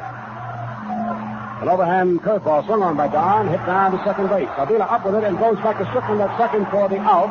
As a run comes in to score, there's no throw to first. So Don Mueller gets credit for batting in the first run of the ball game. Comes in on the force out of Alvin Dart. The play going from Bobby Avila, the second baseman, to George Strickland at second base. There's no throw on the first. So it's now a 2-1 ball game. Give Don Mueller credit for batting in the run. He wrapped in 70 over the course of the regular season. So the tying run remains on as manager Al Lopez comes out to have a word or two with his pitcher, Bob Lemon. Higgin is going over to talk with him now. With one away, the Giants have a tying run on at first base, and Willie Mays, the National League batting champion, is coming up. Mays, who in the first inning popped up and out to the shortstop, George Strickland. So it could be tightened right down here in the last half of the third inning, or Cleveland could hold the lead and now possess of 1 run. Al Lopez asking instructions from Al Barlick, plate umpire. They're discussing some rule or other. Now Al Lopez, very much satisfied with the explanation of the entire affair, turns and goes off to the Cleveland dugout. Art Houdeman continues to throw down in the Cleveland bullpen, strung on right-hander. Now Willie Mays coming up to the plate, hitting right-handers. He's 0 for 1 today. Curveball thrown into the dirt on the outside to Willie for ball 1. Don Mueller, who is much faster on the base paths than you think, is leading off at first, and Vic Wertz is holding the inside corner on him. Freddie Fitzsimmons coaching Don Mueller off. Lemon into his position now, checks his runner at first, delivers the plate. Low and outside to Willie Mays for ball 2. Very unfortunately for Don Mueller, in 1951, a broken leg kept him from participating in the World Series. However, he's getting his opportunity in playing in this one. He leads off at first now. The pitch to the plate is made. Mays jumps back from one at the knees inside for ball 3. You never know, as you see the pitcher spin one down from the rubber to home plate, whether it might be the deciding pitch in the ball game. Sometimes when you go back over to retrospect, that happens to be the pitch and you didn't realize it. Curveball is low and outside to Mays for ball 4. So Mays walks. That's the second base on ball surrendered by Lemon. Now the tying run in Mueller has been pushed on down to second. Now the batter is Hank Thompson. Third baseman Hank Thompson ended the inning in the first by rolling wide at first base, and Victor Wertz gobbled it up, reached over and stepped on first, and the inning was over as far as the Giants were concerned. They had a pretty good threat going at the time. So here's Thompson moving in again, hitting left-handed. Stands deep, feet wide, spread apart. George Strickland in to say a word to pitcher Bob Lemon, turns and trots back to his shortstop position. We've got a 2-1 ball game going here now in the last half of the third inning. Giants tying run at second, in on Mueller. Rosen playing a shallow third with his left-hand hitter. And the first pitch comes in. Thompson takes it low inside for ball one. Down in the bullpen, Art Hardeman continues to throw even harder. Get ready, just in case Bob Lemon should falter here in what looks at this moment to be a rather important third inning as far as the Giants are concerned. Lemon gets set. Delivers a fastball. Thompson swings and doesn't get it. This Bob Lemon's the kind of guy who isn't afraid to come in with a pitch he believes to be best in the clutch. He's a very fine competitor. This whole Cleveland ball club this year sort of caught fire. They've been fine competitors over the entire route. Lemon is ready now. Delivers. Thompson takes a let-up curve inside. Oh, let's see. That'll be 2 balls, 1 strike on Hank Thompson. 1 out for the Giants here in the last half of the third. They've scored 1 time, and it's 2-1 in favor of Cleveland. Lemon out there bowing his neck, trying to hold the 1-run advantage his mates have given him. Don Mueller, representing the tying run for the Giants, leads down off second. Willie Mays, who can fly, usually runs off from under his cap, leading off at first. Pitch the plate, Thompson swung on. There's a bounding ball hit the right field for a base hit. Here comes Don Mueller. The throw is to try to cut Willie Mays off at third. He slide over there, and he's there safely. The ball game's tied up.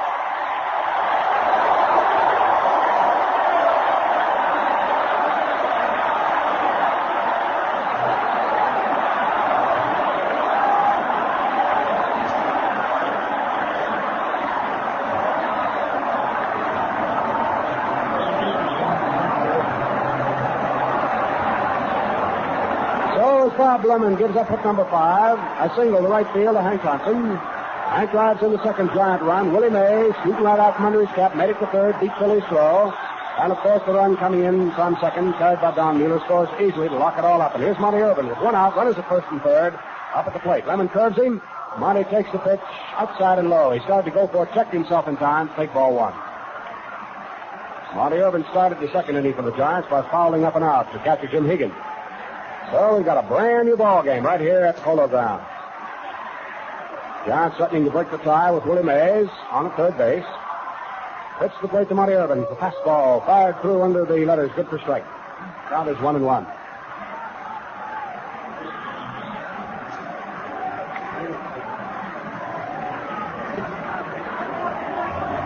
Bob Lemon in trouble. No one knows it any better than Bob does. Checks his runner at third. Delivers. Monty Irvin swings on a medium-speed fastball and doesn't get it. That's strike 2. 1 ball and 2 strikes to count on Monty Irvin. Here's another situation where a sacrifice fly can get in the run, and, of course, will not be charged with the time at bat to Monty Irvin should that fly ball be forthcoming. So Lemon is bearing down here in the clutch, and it is the clutch as far as he's concerned. Thompson leading away from first. The pitch is swung on. There's a high foul ball hit back to the press section. Rolls down the screen, back down on the playing field. Willie Mays hugging right close there to third base. Herman Franks is keeping him there. He's the third base coach for the Giants. Rosen is playing deep behind third now. Pulled a couple steps off the line. The outfield fanned around the left and deep. George Strickland deep in the hole at shortstop. Bobby Avila pulled over a couple of steps toward second base and holding on to first base, keep the runner close. Victor Wertz. Willie Mays takes his lead at third and wanders back toward third as Lemon pitches. Swung on and missed. Ball strike 3, and that's all for Monty Irvin. That was the big out for Lemon to be getting. That's his second strikeout here this afternoon. And before the next man comes up to the plate, that'll be Davy Williams. Let's pause 10 seconds for station identification. This is Mutual, the radio network for all America. WGN Chicago, the Chicago Tribune station, your exclusive World Series station.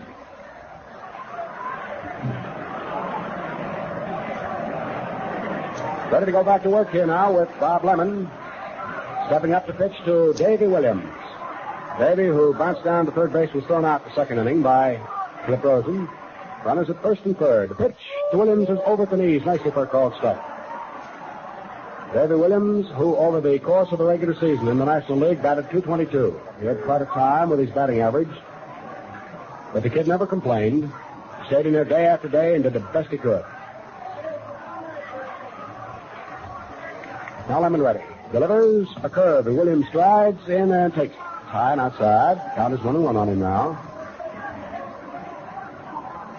A couple of guys in the Cleveland roster took their bumps and their aches and pains and said nothing either. Larry Doby played quite a bit of the season with a pulled thigh muscle.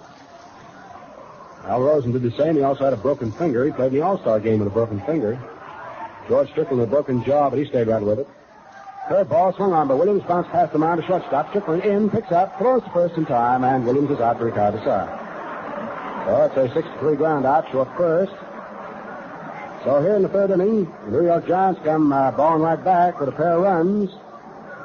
At 1, 2, 3 base hits. 2 runs, 3 base hits. No errors, there were 2 men left on. That means they're stranded 5 and going to bat 3 times. So the score at the end of the third inning of play now is the visiting Cleveland Indians 2, the homestanding New York Giants 2. Look sharp, feel sharp, be sharp and listen, mister. How are you fit for play? Do you have plenty? How are you fit for play? You better check. Please make sure you have enough of a worn-out blade makes shaving mighty tough. How are you fit for play? Better look to let the blade we need. Victor Wertz here at the Polo Grounds is going to be the first man up for the Cleveland Indians to start the fourth inning in a brand new ball game, all tied at 2-2. It was the bat of Victor Wertz back in the first inning when he wrapped his triple off the right center field wall to score a pair of runs. It was Victor Wertz who put the Cleveland Indians out in front. And now the wearer of number 23, a left-hand hitter, is coming up to the plate for his second at-bat. He has 1 hit for 1 try. Sal Magley has been placed back on an even footing with Bob Lemon as these 2 veteran right-handers go at each other here this afternoon in the first game of the 51st World Series. Victor Wertz moving in. Overly closed stance, wears a shin guard on his right leg to protect it. He used to foul so many foul balls down off that shin that he devised the protection. Magley's first pitch to him is just a little outside for ball 1. Wertz to be followed by Philly and then by shortstop George Strickland, who move along in the top of the fourth inning. Magley ready, delivers that ticket-arm curveball and gets it in there for a strike. I get quite a kick. I know as Jimmy Dudley does out of the motion of Sal Magley. He sort of keeps that elbow crooked.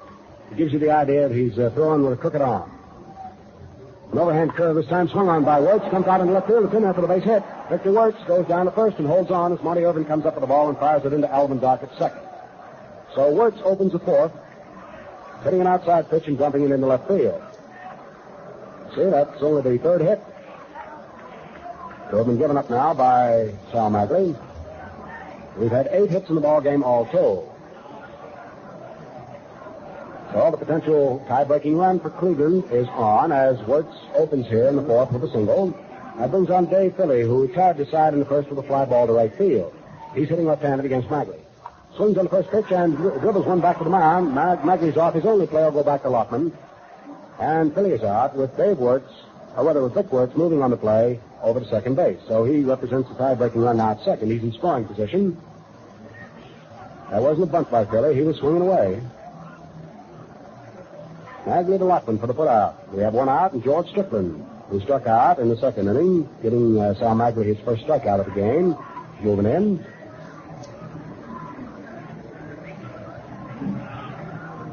Philly is stepping off at second base now. Thompson playing a shallow third to Strickland. As the pitch is made, fired across the knees by Magley for strike 1 call. George Strickland, tall and slender. New Orleans, Louisiana. Strickland, feet wide, spread apart. Magley over his head, checks his runner over his right shoulder, delivers the plate, pass curve, swung on. There's a bounding ball hit down the dark. He's up with it, throws across the diamond in time, and George Strickland is out. Wertz, of course, on the play, holding right on at second as it was being made right in front of him. Alvin Dart's had a couple of tough chances, going deep in the hole over to his right. He's made the play. George Strickland has had 2 hard plays, and bounding balls hit right at his feet. He's come up with them nicely. So, all in all, we've had some pretty sparkling plays on the infield here so far. In some cases, they have been routine plays, but the boys have made them look good.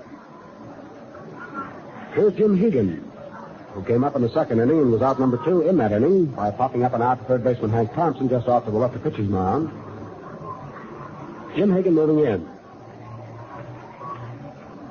batting number 8 in the order. He's from Lynn, Massachusetts, where he was born.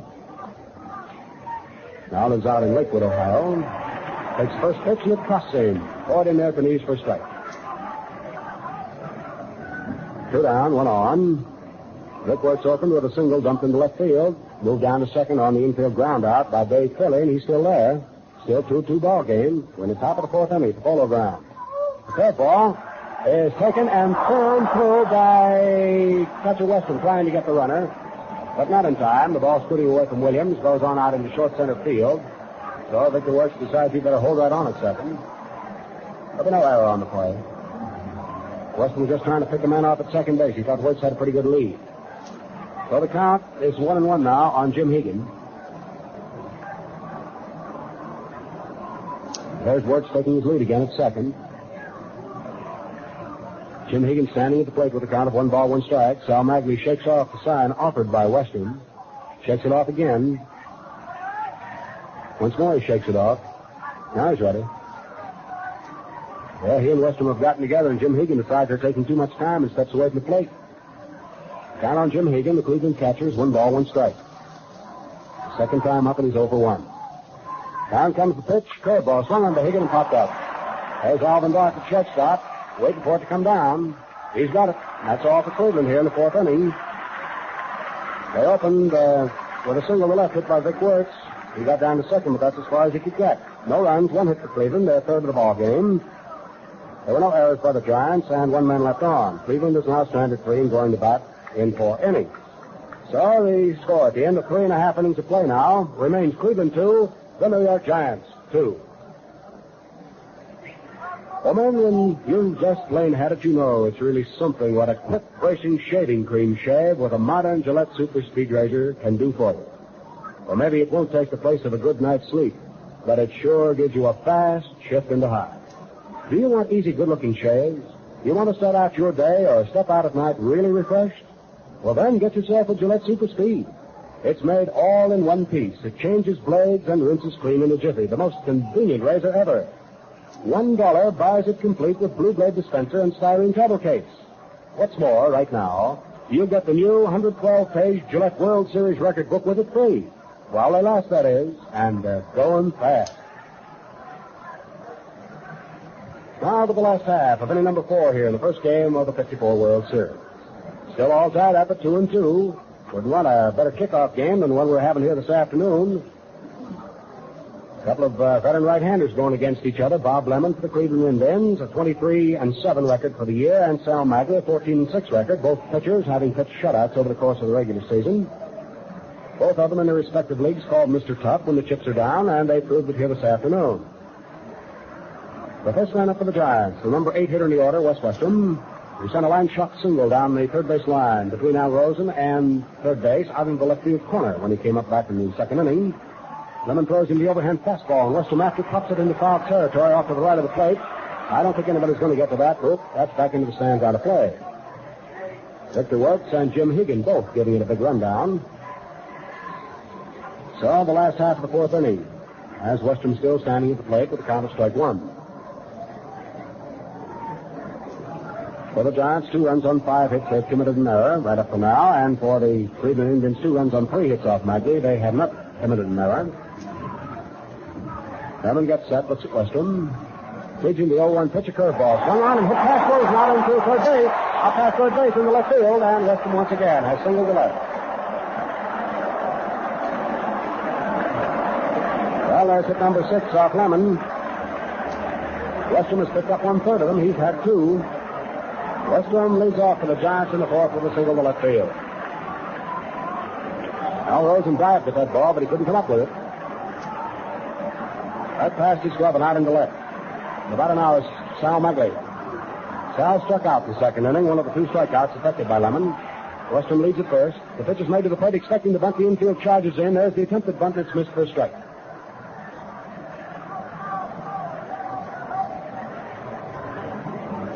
So we'll be watching Westrum. He's got to play it safely, too, at first base. Magley's got to get a hold of that ball, or there could be plenty of trouble. Infield pulled in, expecting the bunt again. Lemon delivers. Magley squares off to bunt the ball and then takes the pitch outside, and that's ball 1. 1 ball and 1 strike. Count on Sal Magley. He's been sent up to the plate, apparently to get that runner down to second. Freddie Fitzsimmons coaching down there. He's talking Western off at first. In comes the pitch. And there's the curve outside as Magley ducks the bunt and takes the pitch again. 2 balls, 1 strike. A little tense situation right now. 2-2 ball game between Cleveland and New York. The Indians have the Tommy Hawks out. The Giants apparently wearing their hard hats. That on fastball is bunted down the first base line and triples foul. So that's strike 2 on Sal Magley, and the big danger of the bunt goes by the boards now. As to bunt foul on the third one is a strikeout. Still, you never know about Leo Durocher. He's very unpredictable. He's liable to order Magley to go ahead and bunt at this one. We'll have to watch that play before we make sure. Let's see what West Western's going to be doing. Right now, taking no lead at first. Wertz on the inside corner holding him. Rosen is still expecting the bunt, is playing a shallow third. Rest of the infield, that is the second base combination, to move back, hoping, of course, for a chance to get a twin killing. There is the attempted bunt, missed completely, and strike 3. So Durocher kept it on. And Magley is out. That for Lemon is his third strikeout. And the attempted bunt was missed completely. So Western is still at first. We have 1 out here in the last half of the 4th inning on the New York Giants, and Waddy Lockman coming up for his 3rd at-bat of the day. He's 1 for 2. Tried to bunt one past him on in the first inning. Was successful in that, but Bobby Avila coming in fast, scooped up and threw to first, and that was all for Waddy Lockman. Waddy singled right in the 3rd inning to lead the inning off, and later came around to score on a hit back through the middle and a force out. Lockman batting left-handed. Started off today, that is his regular season, hit .251. Takes fastball, fired by Lemon under the knees, 4-1. Outfield playing fan around the right to Waddy.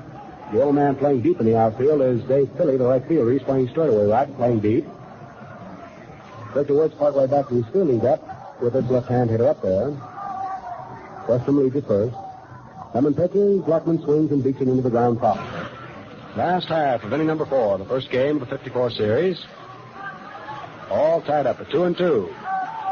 Giants with 1 out have a potential tie-breaking run on at first in West Western, who opened with his second straight single hit to left field. Lockman standing in, straight up and down, almost like a chocolate soldier. Now leans over the plate slightly. Lemon to the top of the stretch. Checks his runner at first. Delivers the plate a curve. Waddy Lockman swings. There's a bounding ball hit to Vic Wertz. He picks it up, looks at second. No chance to get the runner at second. Steps on first for the out on Waddy Lockman. So there's the second out, and Western has moved down to take station at second in scoring position.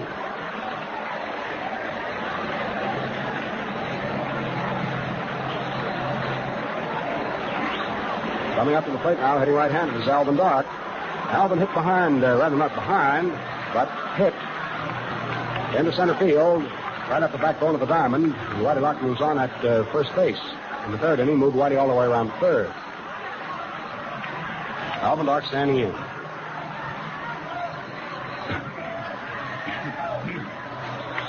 Lemon checks his runner, delivers the plate, medium speed curveball. It whistles along outside for ball 1.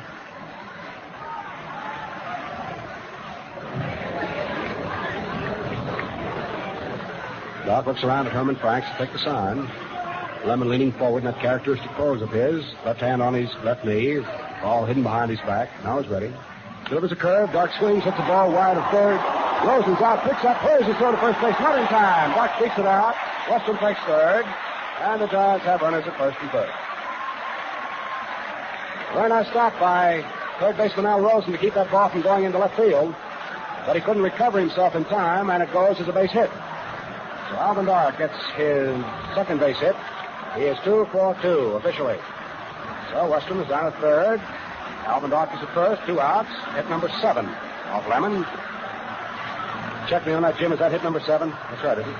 Hit number 7, Al. Coming up to the plate now is Don Mueller, who has one of the 7 base hits. Got that back in the first inning. Has a golden opportunity here to put the Giants out in front. As with 2 down, they have runners at first and third. Second is open. Lemon delivers. Mueller swings. There's a bounding ball to Victor Wertz, who down on one knee, picks it up, reaches over in 2 steps, plants his foot on first base, and that is all for Mueller. So that's all for the Giants here in the 4th inning. No runs. They had 2 base hits, stranded 2. There were no errors. So let's see. There'll be 2, 4, 6, 7 men the Giants have left on here and going to bat 4 times. And the score at the end of the 4th inning remains the New York Giants 2 and the visiting Cleveland Indians 2. Well, October is a month when good sportsmanship is evident all around us, not only in our World Series and our football games, but also in the community chest drive that comes at this time of the year. This is your opportunity, friends, to be a good sport by helping those in need. Many, many deserving families in every typical community are helped directly by Red Feather agencies each year. And in the long run, all of us are helped because these agencies do so much to make our community a safer, health better place to live in. When the drive comes in your neighborhood, won't you please give generously to your community chest? Ready for the 5th inning now. It'll be Bob Lemon to be the first man up. Bob will be followed by the top of the batting order and Al Smith. And then will come Bobby Avila. We still have a 2-2 ball game cooking along here at the Polo Grounds. And the fans are really getting a kick out of this one. I sincerely hope that around the world, you folks are enjoying the Gillette Cavalcade of Sports broadcast also. Now here in the 5th inning, Bob Lemon, who walked back in the 2nd, coming up for his first official at-bat, hitting left-handed. Magley tries his first pitch, gets it in there low for ball 1. Magley locked in this pitching duel with Bob Lemon, to whom he is pitching right now. Starts his motion, delivers 1-0. The fastball is under the knees for ball 2 to Lemon. The outfield for Lemon is fanned around to right, playing him deep. The way of hitting home runs, Lemon can do that too.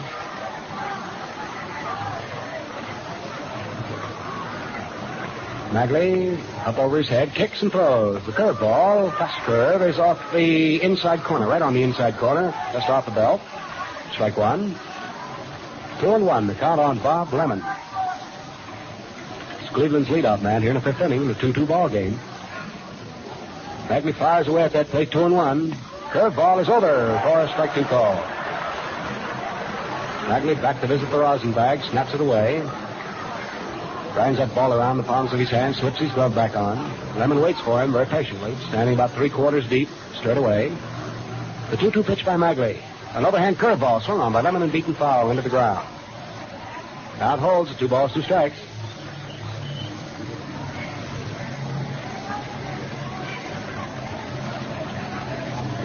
Cue ball in play as it's walked partially back to the mound. Magley will go back and finish scuffing it up as much as the law allows. He'll be getting ready.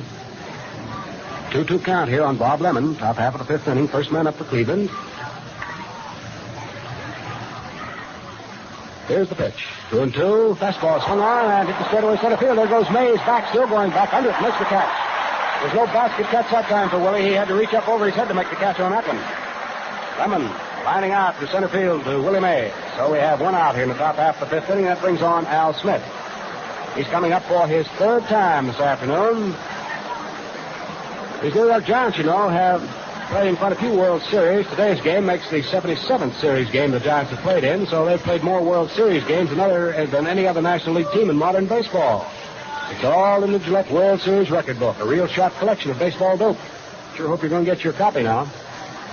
Al Smith taking the first pitch for ball 1. Stands there, pumps that bat nervously as Sal Magley comes down with the next pitch. Throws a curve in off the hips for ball 2. 1 out here for the Indians in the top of the 5th inning. No base runners. Score still rides at 2 apiece. Cleveland scored in the top of the 1st inning on a pair of runs. And in case you tuned in with us late, Smith, the leadoff man, was hit with a pitch. He was singled down to second base, and when a bobble came in the outfield, but Don Mueller, he kept on going to 3rd. Then after Derby fouled out and Rosen popped out, Wertz tripled him home off the right center field wall. There's a pitch to the plate now. Under the knees to Smith. His count is 3-0. Then the Giants came back in the 3rd inning. Lockman led off with a single. And on the 3-2 count, Alvin Dart hit back through the middle to put Lockman at 3rd. Mueller got 1 run in when he forced Whitey Lockman at 2nd from Avila to Strickland. Then after Mays had walked, Thompson singled to right field to drive in another run, and Mueller scored. There's a curveball over for a strike. Fast curveball, just a little wrinkle, and the count is 3-1. 3 balls, 1 strike on Al Smith, the leadoff man, with 1 out here in the top of the 5th inning. So a 2-2 ball game is still moving along. Sal Magley takes his sign from Western. Here's the 3-1 delivery. Third in there for a strike. So Sal didn't go to the fastball. He flipped the curve. The count is 3 balls and 2 strikes on left fielder Al Smith of Cleveland. He's 0 for 1. Struck out in second. Swings on this pitch and sends a slow dribbler down the third baseline. It's Al Magley off the mound of the field. Close first, not in time. That'll probably go as a base hit for Al Smith. We'll wait for the official scorers to give us the official verdict on that one. The scorers here this afternoon are Ed McCauley of the Cleveland News, Barney Krimenko of the New York Journal-American, and Harry Jones of the Cleveland Plain Dealer. And apparently it's going to go as a base hit. It'll go as a base hit. Whereas Smith, very fleet of foot, had it beaten out all the way. So that'll be hit number 4 off Magley.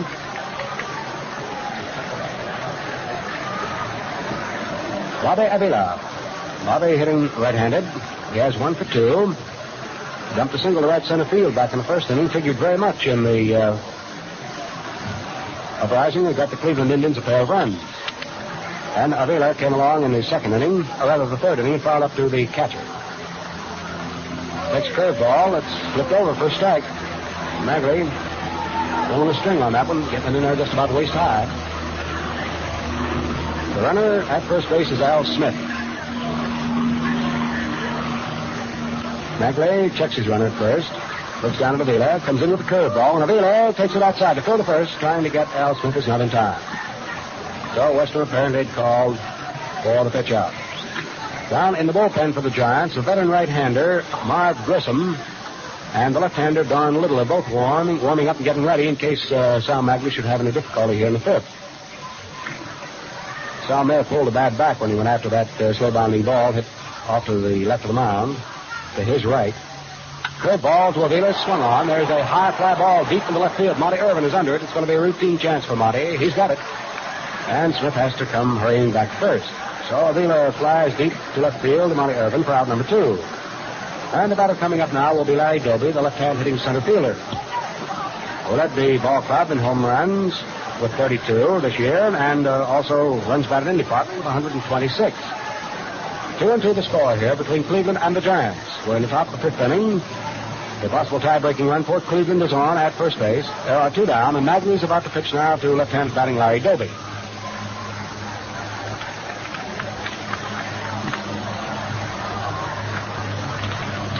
Larry Doby, originally from Camden, South Carolina, now lives over here in Patterson, New Jersey, not very far from the Polo Grounds. First pitch to him is a fast curve outside for ball 1.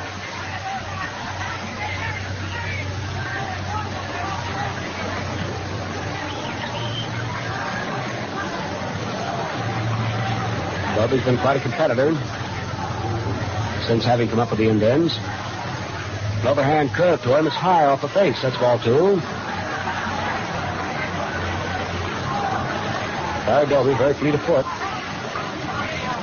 A fellow that can give that ball an awful long ride if he gets good solid wood on it. Al Smith, the runner at first base for Cleveland, has Whitey Lockman standing behind him as he takes his lead. Magley ready, pitches.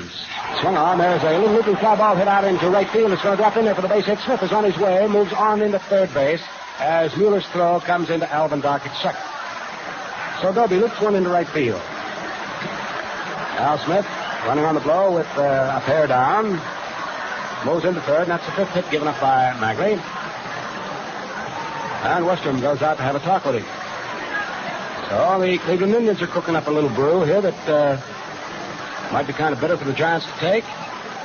All depends on what Sal Magley's able to come up with here in the top of the 5th inning. He's going to pitch to Al Rosen. Al popped up to first base to Whitey Lockman back in the first inning, and then retired to side in the third by hitting a ground ball sharply to shortstop to Alvin Dart. Now with runners first and third, second open and 2 down, Rosen comes up again. All game tied at 2 apiece. Magley, with his work very definitely cut out for him, is set. Checks his runners at both stations. An overhand curveball is thrown to Rosen, swung on and popped up into right field. Don Mueller comes over for a routine chance in right. Under it, makes the catch to retire the side. Well, the Cleveland third passes for the boards here in the top half of the 5th inning. No runs, there were 2 base hits for Cleveland. They're in a total of 5. There were no errors for the Giants, and Cleveland left the pair on to run the total there of 5. So the score at the end of 4 1/2 innings of play now. It is Cleveland 2, the New York Giants 2. Men, it's a safe bet that you'll feel like you've got out on the right side of the bed if you take a brisk shaving cream shave with the new Gillette Super Speed Razor. It's a wonderful lift in the clean, refreshing Gillette shave. A free copy of Gillette's World Series record book. This book is packed with series dope, so get your copy while they last. And now, ladies and gentlemen, it's been a terrific kick for me to be able to do the first 4 1/2 innings of the first game of the 1954 World Series. And I know you're down to hear a guy that Cleveland's been listening to for quite some time, and Cleveland's been liking for quite some time because he's a likable guy. Cleveland's fine broadcaster, Mr. Jimmy Dudley. I had the opportunity of working the All-Star game with Jim, and I have the opportunity, just as you have now, of leaning back and listen. Jim, come on, fella. Thank you very much, Al. And now it's play ball in the last half of the 5th inning with the score tied 2-2. Willie Mays, the Giants center fielder, steps into the batter's box, a right-hand batter, and Bob Lemon is ready to work to him. Mays, in the first inning, popped out and walked his second trip to the plate in the 3rd. Here's the wind-up. The first pitch, Mays swings the ground ball to Rosen at 3rd. Big hop taken. Here's the throw to first, and Mays is out. Mays grounding out. Rosen to Wertz. 5-3, in case you're scoring along with us. Bob Lemon, one of the most feared pitchers in the American League. A boy who keeps that ball low all the time. The umpires will tell you that he is one of the roughest in the business to call, in view of the fact that most of his stuff is from the waist right down to the knee. Hank Thompson, left-hand batter, steps in. Takes a strike with a fastball, nicking the inside corner knee-high. Thompson in the first inning grounded out, the first baseman unassisted, but singled into right field in the 3rd. The wind-up. The next pitch is outside. The count even up. Ball 1 and strike 1. The score tied, Cleveland 2, New York 2. The Indians broke on top, scoring 2 runs in the first inning. The Giants coming back to tie it up in the last of the 3rd. Outfielders playing Thompson to pull, deep and well around to right. The 1-1 pitch, a swing and a miss. He was out in front with it. Strike 2. Ball 1 and strike 2 the count. Lemon has given up a total of 7 hits. Magley, 5. The entire World Series between these two ball clubs promises to be just the same way. Nip and tuck all the way. Either team capable of coming up with an attack at any spot in the batting order. The 1-2 pitch. Ball 2 outside. A fastball broke away. Ball 2 and strike 2 the count on the batter. Thompson stands very deep in the batter's box. Bobby Avila back to the edge of the outfield grass, midway between first and second. Here's the wind-up and the 2-2 pitch. A swing and a miss. He struck him out. Thompson goes down swinging. 2 away. And the batter, number 20, Monty Irvin. Up twice, he is 0 for 2. Fouled out his first trip in the second inning and struck out in the 3rd. That, by the way, was a big out for Lemon. And that a fly ball would have given them the run to put them ahead. They play him straight away. First pitch is too low. Ball 1 the count. Al Smith deep in left field and straight away.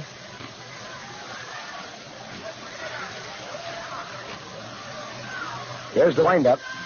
The next pitch is a strike called with a curve hitting the outside corner.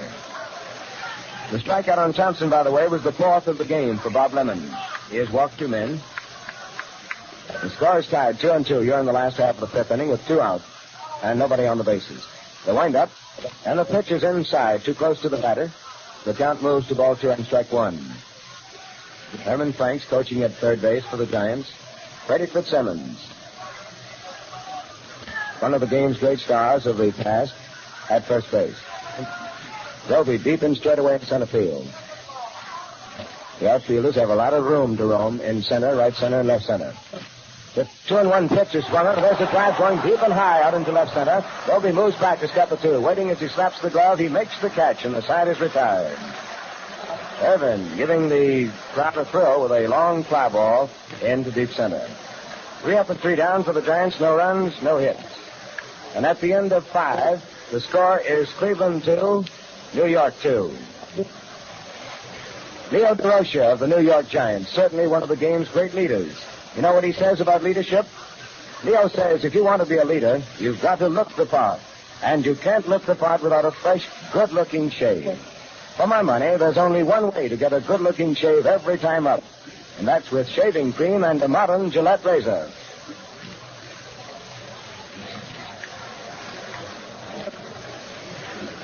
Well, at the halfway mark, in the 5 innings, the ground crew now are grooming the infield. While they're so doing it, let's pause 10 seconds for station identification.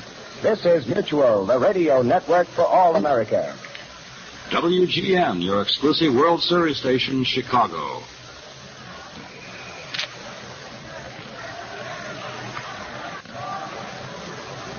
Back at the Polo Grounds in New York City, the scene of the playing of the first game of the 1954 World Series. Going into the first half of the 6th inning, it will be Vic Wertz leading off for Cleveland. The 5 inning totals on the ball game: Cleveland 2 runs, 5 hits, no errors. The Giants 2 runs, 7 hits, 1 error. Westram's throw to second. Davy Williams over to Dart, to Thompson, and back to the pitcher on the mound. The veteran Sal Magley drawing that all-important assignment of hailing the first game. Facing him now is Vic Wertz in the batter's box. He has 2 for 2. A triple in the first inning to drive in 2 runs. A single in the 4th to lead off. He was left stranded. First pitch, he swings and wraps a line drive into right field. Another base hit. Coming over fast for it is Don Mueller. The throw is to first base. It's over the first baseman's head, and it gets away from the catcher. First base is to second. He makes the turn there and holds up. Westram chases for the ball. Back to the stands. Mueller's throw surprised everybody. Whitey Laughlin, the first baseman, leaped for it. He had no chance to get it, and it's an error charged to Don Mueller on the throw. A single to Wertz into right field, and a throwing error charged to Don Mueller, his second error of the ball game. It was a rough break on him, and you sort of hate to see a ball player charged with an error when he's thinking, and that's just what Don Mueller was doing. Realizing that Wertz is a slow man, he figured him to overrun, and thought he might have a chance to get him back at first base. But it was a bad throw, and he is charged with an error. So Wertz is on second with nobody out in the first half of the 6th inning, and stepping into the batter's box is Dave Philly. Philly, a switch hitter, batting left. Takes ball one outside. Philly came to the Indians last winter after batting better than 300 with the Philadelphia Athletics. He's done a fine job. He's one of the better defensive ball players in baseball today. Got a lot of rough luck in the hitting department. Here's the stretch by Magley. Quick looks to the runner back at second. The pitch is ball 2, high and outside. Still no count on the batter.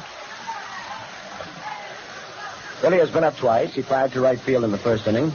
Rounded out, pitcher to first in the 4th inning. But you never know where it's going to come from. These 2 teams are tough from the top to the bottom in the batting order. Wertz has a good lead off second with nobody out. He'll play it safe. The outfielders are pulled around toward right for Philly. The 2-0 pitch. He swings and fouls it back to the screen. The count is 2-1. Ball 2 and strike 1. Warming up in the Giant bullpen, a left-hander, Don Little, and right-hander, Marv Grissom. Ready for action in case manager Leo Durocher should need them. Ted Kretz, the Indians' first base coach, shouting down to Philly, get hold of that ball. The 2-1 pitch on its way. He swings and grounds one off the pitcher's glove. Bagley scrambles, picks it up, can't make a play at third, throws to first, and Philly is out. Wertz moving to third base. Good recovery on the part of Sal Magley. He knocked that ball down with his glove, scrambled for it, and got Philly a fast man at first. Alvin Dart, the Giant captain and shortstop, in talking to Magley, and now Westram goes out to make sure that he is all right. 1 away in the first half of the 6th inning. So Philly has grounded out twice. Now to the pitcher. The batter is George Strickland, shortstop. Struck out in the 2nd inning and grounded out to the shortstop in the 4th.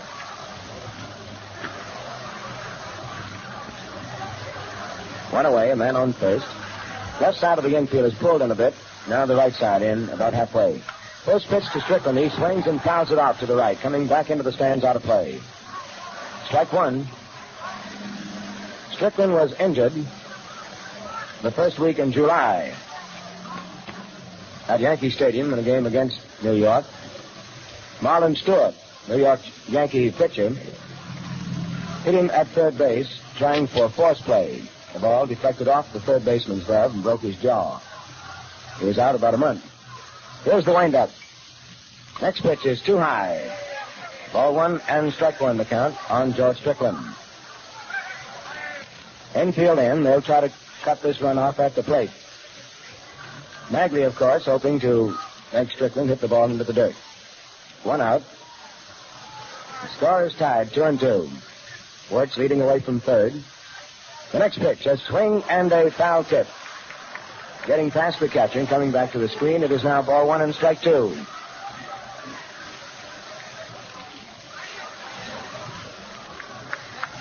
Magley, while winning 14 ball games, losing only 6 during the regular season, proved to be Durocher's stop pitcher.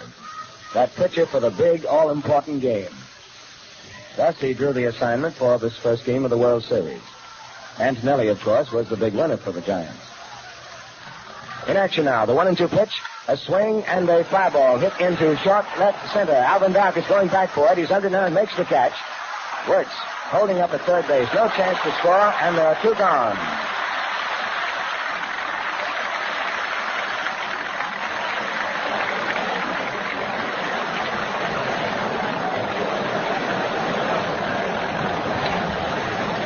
Dart, another fine clutch ball player, going back to take charge of that fly ball in short left center. It would have been trouble for Mays or Monty Irvin.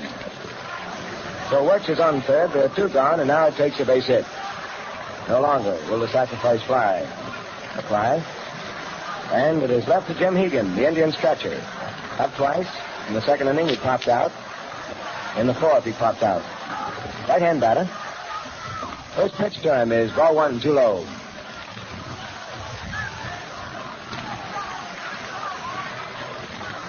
Magley, being very cautious.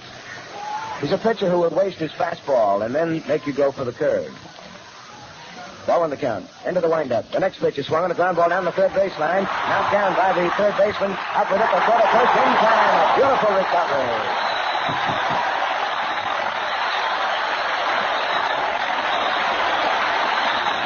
A fine recovery on the part of Hank Thompson. That ball was right over the bag. He knocked it down, scrambled for it in foul territory, and got his man with a fine, accurate throw.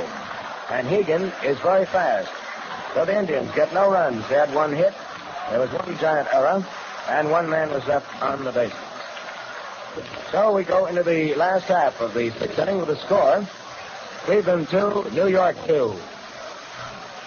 I wonder how many of you baseball fans know why third base is called the hot corner, or how the bullpen got its name. Well, you'll find the answers in the new Gillette World Series record book. But, friends, that's only a patch on the raft of other facts and figures in this handy reference book. Its 112 pages are crammed with the scores of every past World Series game, records of every player, diagrams of all big league parts, basic rules, scoring instructions, a dictionary of baseball slang, and a wealth of other inside baseball facts. To get your copy free before tomorrow's game, ask for the new Gillette Super Speed Razor Set, $1. The record book attached is worth plenty, but costs you nothing extra.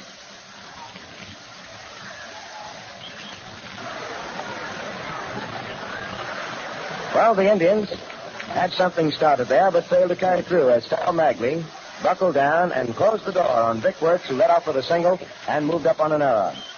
Moved to third as Philly grounded out, but failed to score as Strickland and Hegan went down.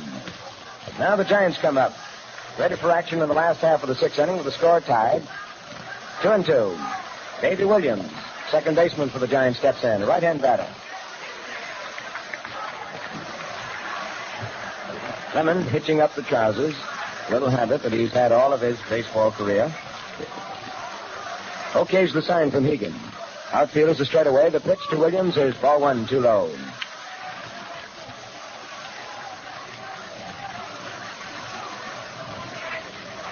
Ball 1 the count. Here's the windup. Lemon's next pitch is swung on a ground ball to the shortstop. Big hop taken by Strickland. The throw to first, and Williams is out. Williams grounding out. Strickland to Wertz. The playing field is in excellent condition. The grounds crew has done a marvelous job of keeping this field ready for the World Series. And it's seen a lot of action, don't forget, throughout the regular season. One away, nobody on. Wes Westrom is the batter. The Giant catcher has 2 for 2. First pitch to him. He swings and wraps a line drive in the center field. Dobie coming over hard is under it and makes the catch. 2 away. Westrom lining to Dobie in center. And Larry Dobie really put that one away out there in center field, just as they tell you to do it in the Gillette World Series record book. A special section gives inside tips on winning play and lots of other dope. That's great meat for all you baseball folks, from beginning little leaguers to grizzled fans. A World Series record book is yours absolutely free. Remember, it comes attached to the new Gillette one-piece razor at the regular price. A good hand for Sal Magley as he steps in. 2 out and nobody on. He takes a strike over the outside corner. Made with the bunt motion, but let the pitch go by. Magley has struck out twice. Lemon's next pitch. Swung on and ground ball hit to the right side of the infield. Wertz is over. Up with it, throws to Lemon covering, and Magley is out. The Giants going down again in order. Magley out. First baseman the pitcher. And for New York in the 6th, no runs, no hits, nothing across. And at the end of 6, the score, Cleveland 2, New York 2. Say, hey, that's Willie Mays, the Giant wonder boy, as he sparks the Giants. Leo Durocher says Willie is the greatest player he's ever seen. The last day of the season, he clinched the hitting crown, but he hit just 182 in his 6 previous World Series games. That's the kind of worthwhile dope you get in the Gillette World Series record book. Fans, it makes baseball much more enjoyable in season and out. Better get your free copy right away.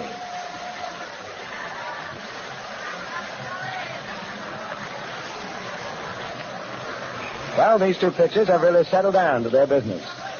Magley gave up 2 runs in the first inning, but since then has hung the horse collar on the Indians.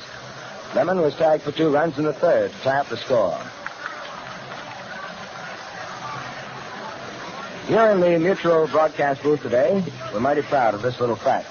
This is the 5,000th baseball broadcast by the Armed Forces Radio Service to the men and women stationed overseas.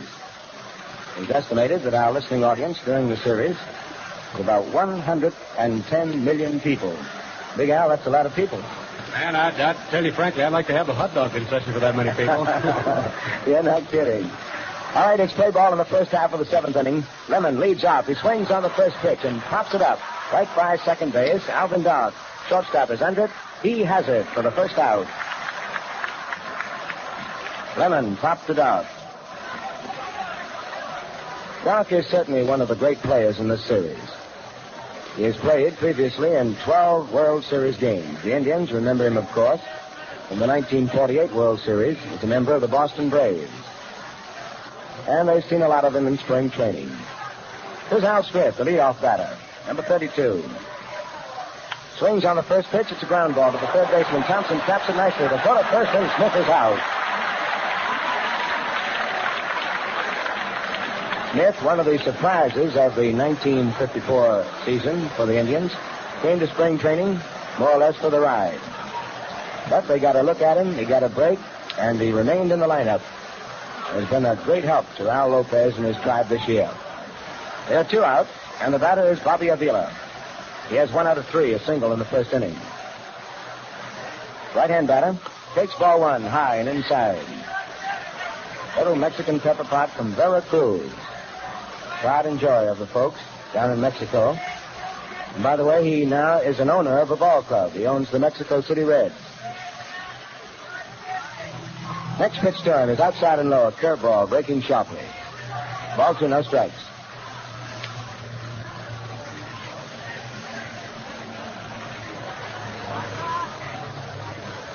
Two and nothing on the batter. With 2 out and nobody on. The outfield playing Avila straight away. He hits to all fields. Here's the windup. The next pitch is swung on and a line drive to Thompson at third. He's out. Avila line to Hank Thompson at third base. And the fans are really getting a big thrill out of this as the 2 pitchers really knuckle down. For the Indians in the seventh, no runs, no hits, nothing across, and we go into the last half of the seventh inning. The score is Cleveland 2, New York 2. Ladies and gentlemen, Gillette presents the sharpest edges ever honed. To look sharp every time you shave, to feel sharp and beyond the ball, just be sharp. Use Gillette Blue Blades for the quickest, slickest shave of all. Gillette Blue Blades are made to fit your razor to a T. Their double edges last and last for real economy. To look sharp every time you shave, to feel sharp and be on the ball, just be sharp. Use Gillette Blue Blades for the quickest, quickest shave of all. Gillette Blue Blades and handy dispensers are 20 for 98, 10 for 49.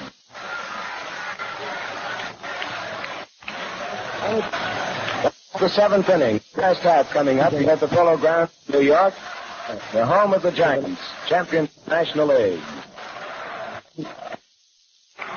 The lucky seventh inning. A tradition in baseball over these many great years. Leading off for the Giants, Whitey Lockman. They have the top of the batting order. Lockman has 1 out of 3. Single in the third inning and scored the first Giant. Scored at 2-2. Lemon ready for work. Rocks into the windup. The first pitch is a strike call. The ball dropped down very quickly. The fella at one time played the outfield, played the infield, the pitching. Became one of the greats. Pitch is swung on. Now tipped into the dirt. His feet by Lockman. The count is 2. 0-2 on the Lockman. Recognized as one of the team's fine competitors. 2-ball crowd started out the 1954 season in training in Arizona. Traveled back from Arizona to their respective cities and leagues, and now meet again here in the fall.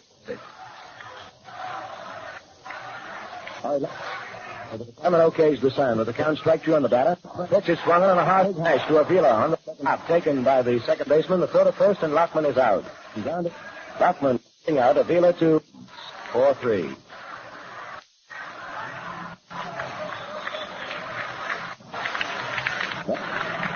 Lemon has retired 8 men in a row.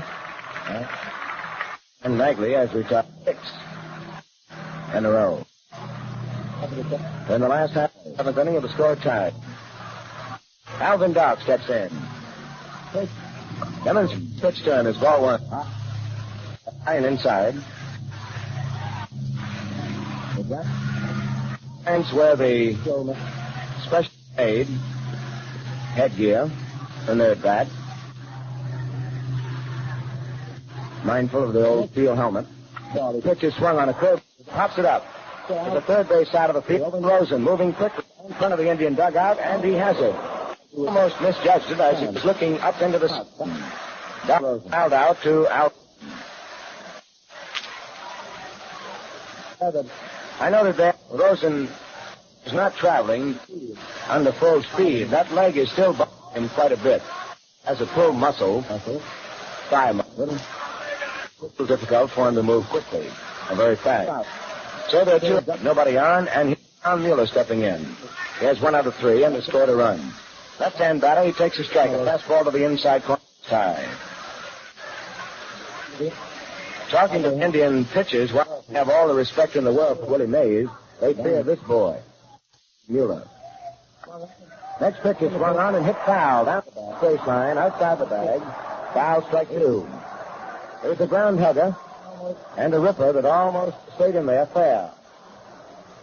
Got to go over that bat, remember. Can hit it, be over any part. Umpire Charlie Berry on the first base called it. It's strike 2. American League umpire on the first base side. And out in right field is Larry Nat. Here's the wind-up. The next pitch is swung, and the line drive is into left field, but hit short and third. A base hit. Mueller makes the turn at first. Smith throw back to the infield. Holds him there, however. And it brings up Willie Mays.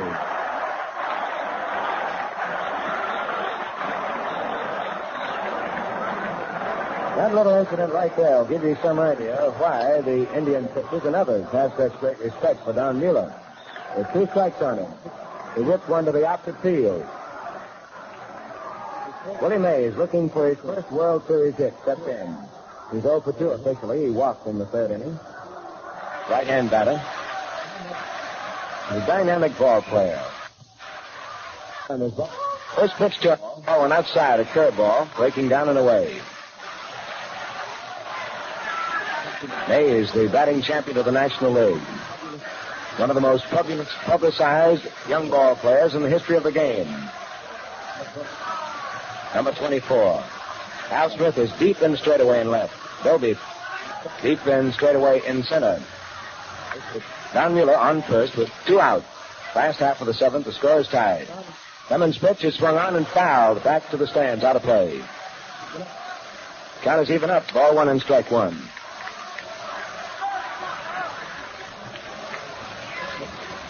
Yes, sir, there's always plenty of excitement at the old ball yard. And this one is no exception. The first game of the 1954 World Series. The Indians versus the Giants.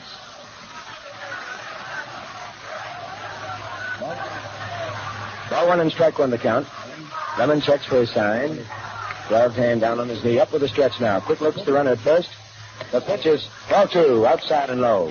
2-1 the count. Indian pitchers, of course, remember Willie Mays from spring training, but he is an entirely different Willie Mays now. No longer does he go for that bad ball. 2-1 the count. There's the pitch. Swung on and the ground ball is hit to the shortstop. Strickland up with it. Throws to Avila covering second. Mueller is forced. Beside is retired. Strickland to Avila, forcing Mueller for the 3rd out. And in the 7th inning for the Giants, no runs. 1 hit, their first hit since the 4th inning, by the way. 1 man left. And at the end of 7 innings, the score, Cleveland 2, New York 2. A moment ago, we were talking about Alvin Dart.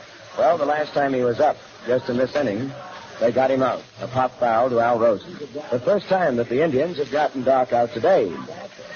Yes, Mr. Dart came into this series with 12 games under his belt and a hefty batting average of .292. I notice in the Gillette World Series record book that this tops even the mighty Roger Hornsby's average. Got your book yet? It's attached to the Gillette one-piece razor set, for which you pay only the regular price. The book is free.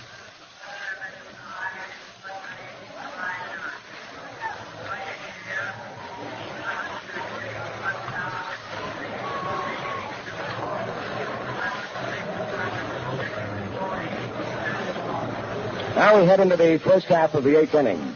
The score tied, Cleveland 2, New York 2. Larry Doby will be leading off for the Indians.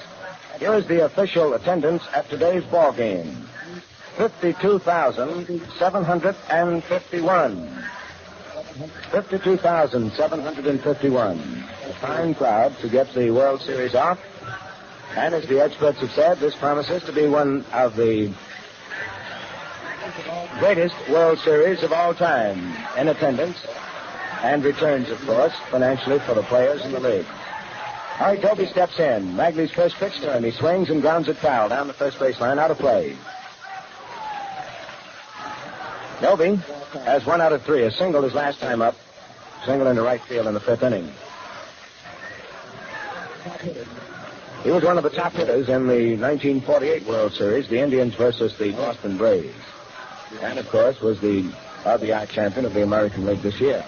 Home run champion, too. There is ball 1, high and outside. A fastball got away from Magley, took off. Bringing a few oohs and ahs from the crowd. 1-1 the count. Doby crouched over the plate. The next pitch, he drops to the ground to avoid being hit. Ball 2, high and inside. Another fastball. Doby really takes a toehold in the batter's box. And as the boys on the field, on the bench, will say, he hounds the plate.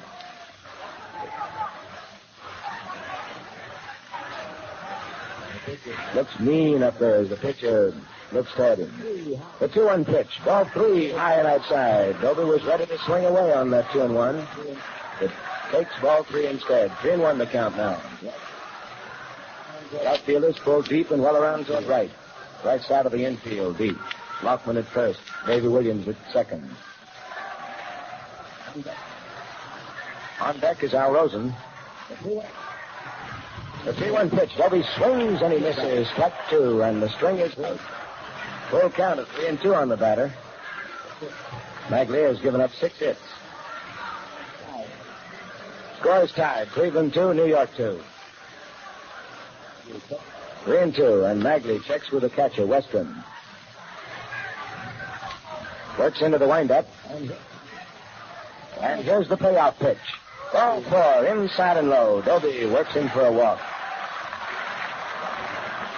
That is the second base on balls given up by Magley. He has 2 strikeouts, and again we have action down in the Giant bullpen. Don Little, the left-hander, who has really been getting a workout during this game, and Marv Grissom, right-hander. As Al Rosen steps into the batter's box. Grissom and Little getting ready down in the bullpen in case they're needed. Grissom was a great help to the Giants this year, winning 10 while losing only 7. All right, Rosen steps in, a right-hand batter. The first pitch to him is ball 1 inside and low. Dobie on first, leading off for the base on balls. Tie score, 2-2. First half of the 8th inning. Magley turns and throws to first, but Dobie is back. Magley, on that particular throw, walks toward the rubber, turns quickly, and fires to the first baseman. Dobie leads off. Here's the stretch. The pitch is swung on a ground ball, knocked down by a Dart. The shortstop picks it up. Second, too late. All hands are safe, and Rosen is at first base, but again he was moving with a decided limp. And it is a base hit. An infield hit for Al Rosen as he hit one just to the right of shortstop Dart. He knocked it down with his bare hand, tried for Dobie at second, but was too late. And Rosen gets his first hit of the day. Runners on first and second, nobody out, and the batter is Vic Wertz. Now Lockman moves in from his position at first base, and Thompson is in close to the edge of the infield grass. Time is called, however. Westrom goes out to talk to Magley, and now Freddie Fitzsimmons, first base coach, starts out of the Giant dugout, gets a call from Leo Durocher, the manager, turns and looks back to him.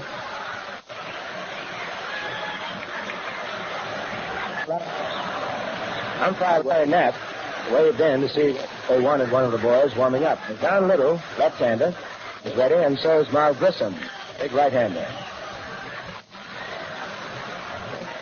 Jocko Conlon, second base umpire, moves in, and Fitzsimmons indicates that he wants the left-hander, Don Little, to come on. Little has won 9 and lost 4 this year.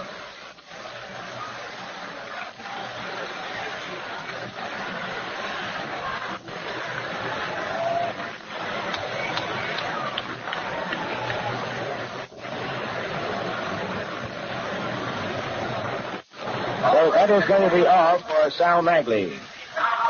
Magley has given up 8 hits. You know, there's never been a no-hit performance by any pitcher in a World Series game. That's just one of the many interesting facts covered in Gillette's wonderful new World Series record book. And remember, you get it free with a one-piece Gillette razor for the regular price.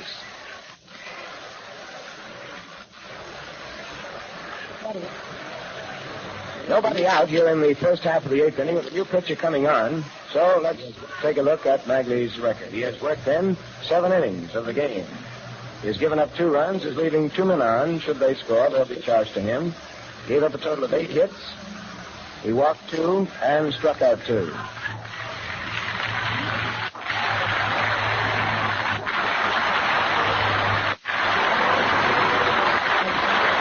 Let's change that. Magley has given up just 7 hits. Thank you, Al. 7 hits.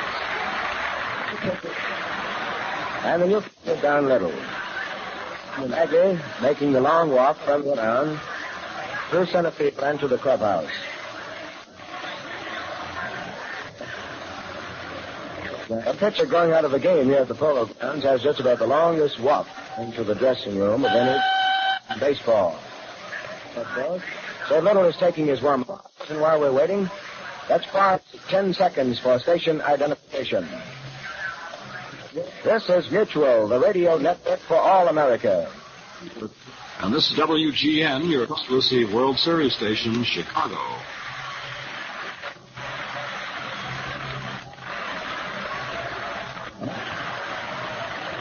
Now back at the Polo Grounds in New York, the new Giant pitcher Don Little out on the mound.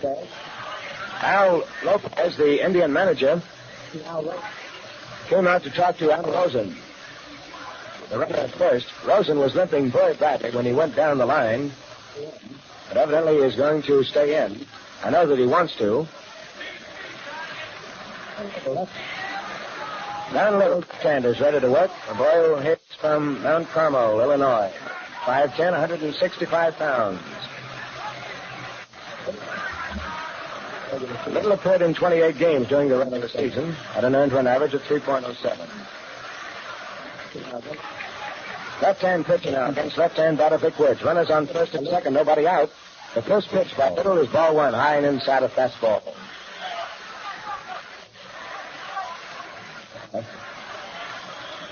A slender bill, but he has a whale of a good fastball. Rosen on first, 3 on second. Nobody out in the first of the 8th. Score tied 2-2. Next pitch is a strike with a curve, hitting the outside corner, breaking away. Vic Wertz, the Indian first baseman up there now, has a perfect day this far. 3 hits and 2 to the plate, a triple and 2 singles. Drove in the Indians 2 runs back in the first inning.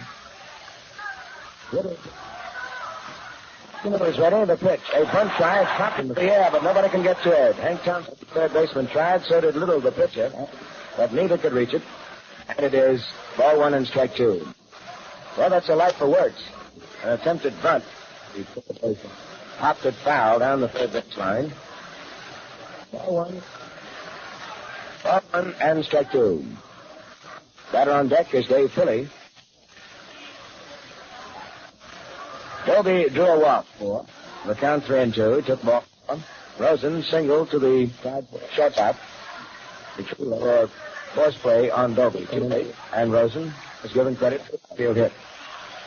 Nobody out. Little now for a sign. Up for the strip. A look back to the runner at second. Pitch is swung on, and there's a drive going deep out into the center. Mays is racing back, still going. And he makes a beautiful catch over his head. And Dobie tags up at second and is moving to third. A beautiful, beautiful catch by Willie Mays.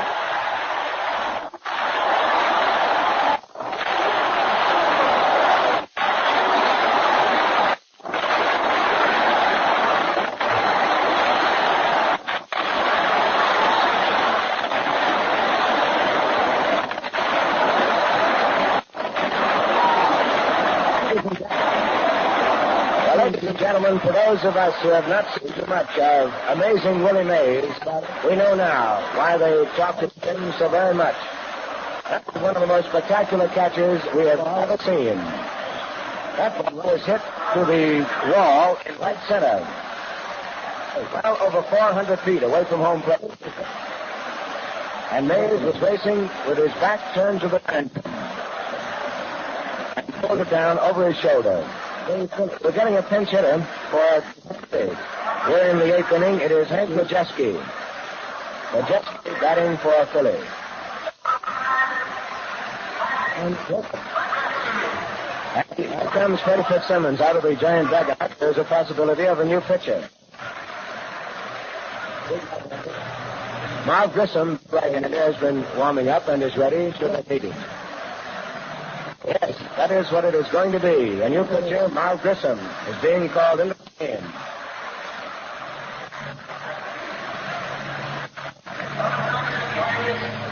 Hank Majeski has a batting average of .281 for the regular season. However, that average doesn't tell the entire story. The veteran has really been a tremendous asset to Al Lopez and his tribe this year.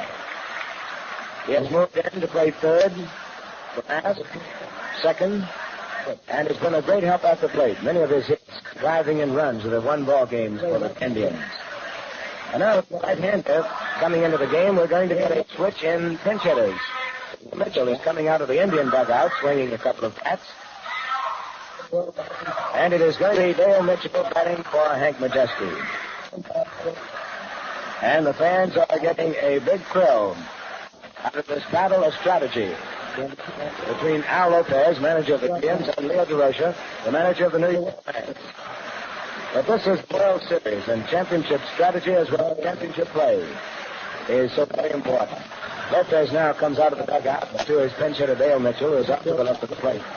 Freddie Fitzsimmons is talking to Bob Grissom, and it goes down Little, making his exit from the pitching 1/3 of an inning. Pitch to one man, Vic Wertz, and Wertz flies to Willie Mays deep in center field. Grissom is 110 and lost 7. If any Giant fan will tell you, he has been a great help to the Giant club.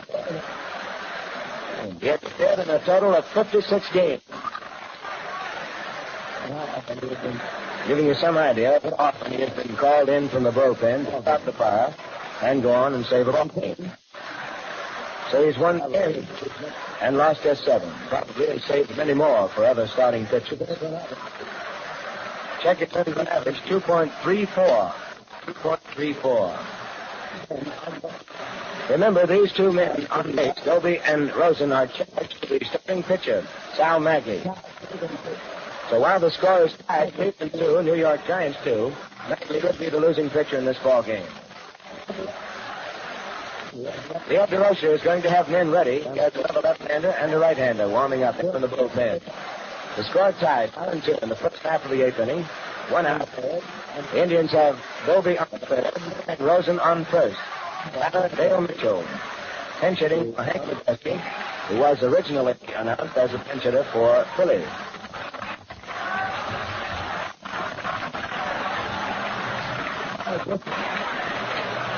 Mark Gibson steps onto the rubber now. Check this time. Dale Mitchell, a left-hand batter. Takes ball one high and outside. Ball on the count.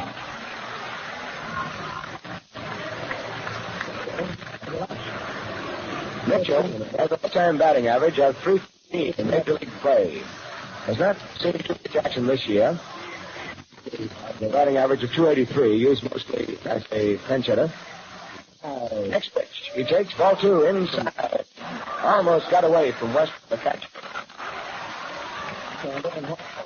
John McCall, a left-hander, Wilhelm, knuckleball, right-hander, warming up in the Giant bullpen. Dozen on first. Doby is on third. 1 out in the first half of the 8th inning. Tied 1-2. Ball 2 no strikes on the batter. The next pitch. Ball 3 outside. Mitchell was ready to go for it. But held back, and now it's 3-0.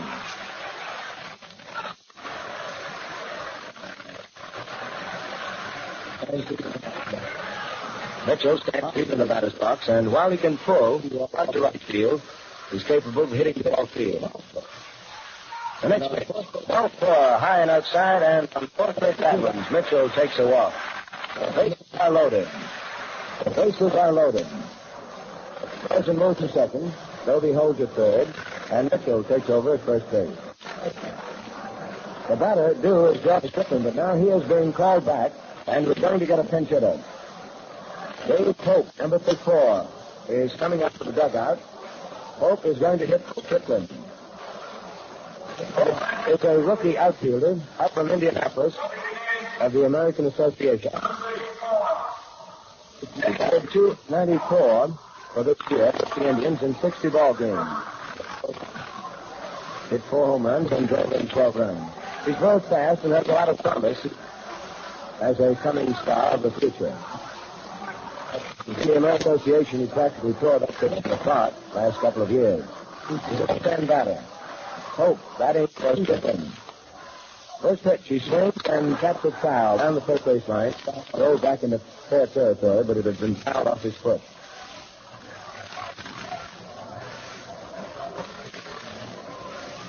Strike 1. Doby on third. Rosen on second. Mitchell on first. One out in the first half of the eighth inning. The Indians and the Giants battling in the first game of the 1954 World Series. Tied up 2-2. Pope now steps back into the batter's box. Don Mueller keeps it straight in right. Willie Mays pulled over, just right center, just a shade. Big Miles Grissom, right-hander. On the rubber. Gets into a short windup. The pitch, ball one, a fastball high and outside.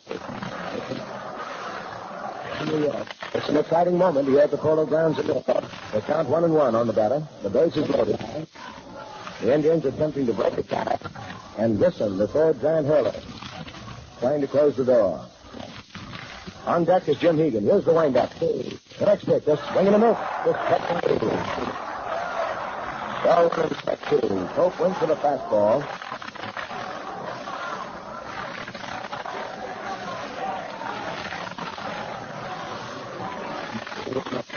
Wilhelm and McCall continue to warm up for the Giants.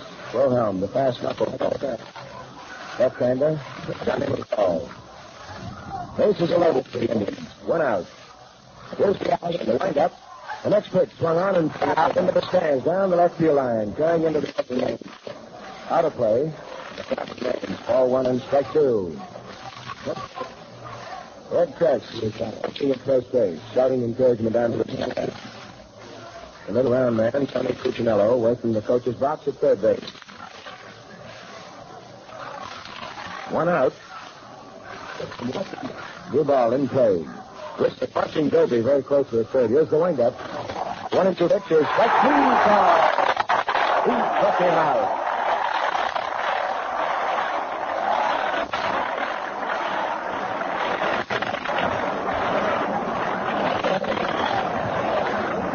That was on his left is one of the big strikeouts of the World Series. Yet, of course, to come is a lot of action, but nothing can be more important than that one. Striking out left-hand batter Dave Pope with the bases loaded.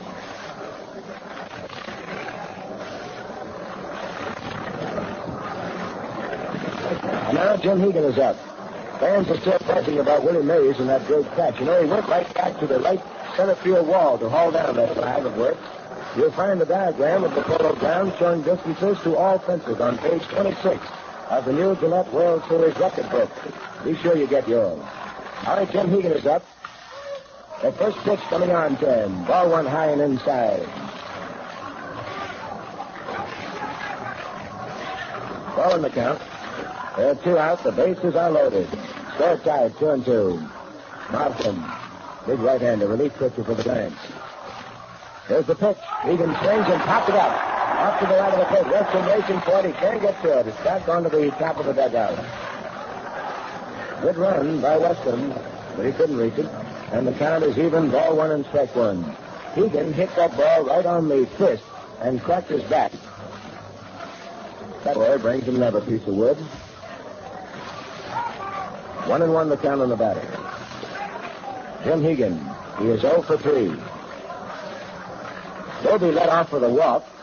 Rosen singled off the shortstop's hand. Wertz fly deep to center.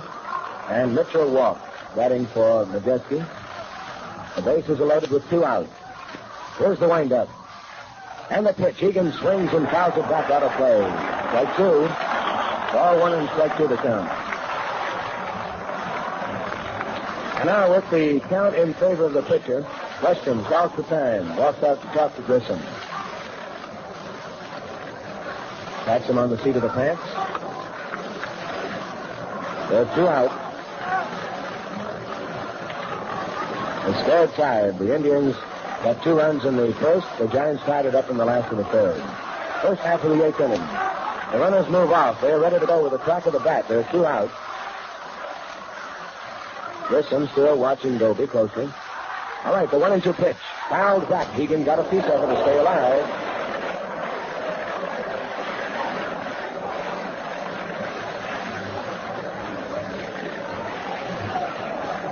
Oh, that was a foul ball. It came right back into the press box, into one of the cameras, one of the television cameras on duty, covering today's ball game.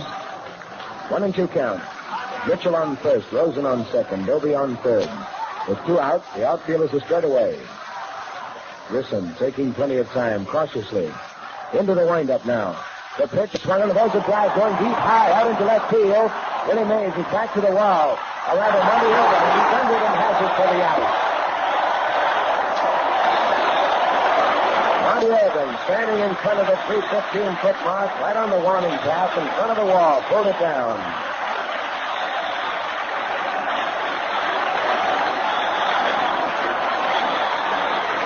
And fans, there is a great trick of relief pitching.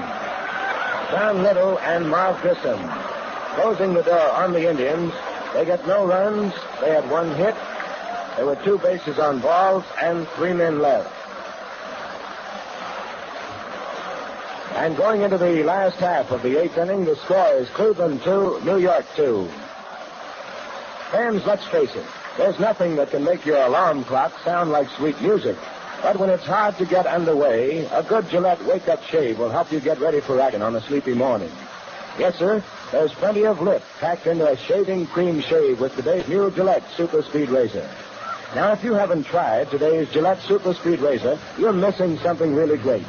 You change blades in a flash and just rinse it to clean. It's made in one piece, nothing to take apart. And it's double-edged for extra convenience and economy. The price? Only $1, complete with traveling case and blue blade dispenser. And while they last, you get the new Gillette World Series record book free. A great little book that helps you get more fun out of baseball all year long.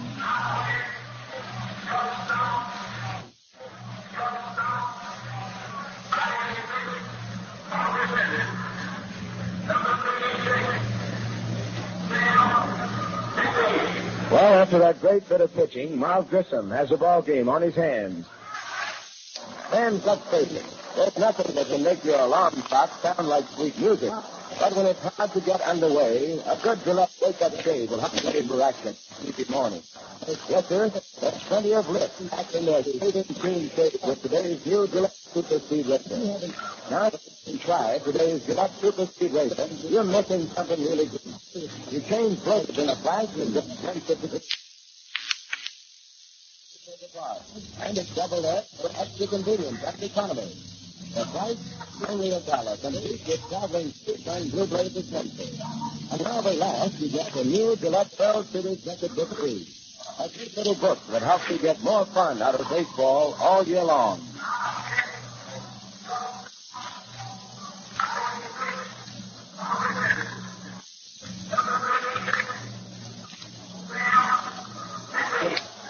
That takes Cal Magley out of the game. It is now Marv Grissom's ball game to win or to lose. Changes in the Indian lineup. At shortstop, Sam Denty. Sam Denty is at shortstop for the Indians, and Pope goes into right field. Dave Pope in right, and Denty short. Denty playing first World Series game. Batter for the Giants is Henry Thompson, the third baseman. Left-hand batter, Lemon Pittsburgh on outside. Indians had a glorious opportunity. Polo Grounds on it.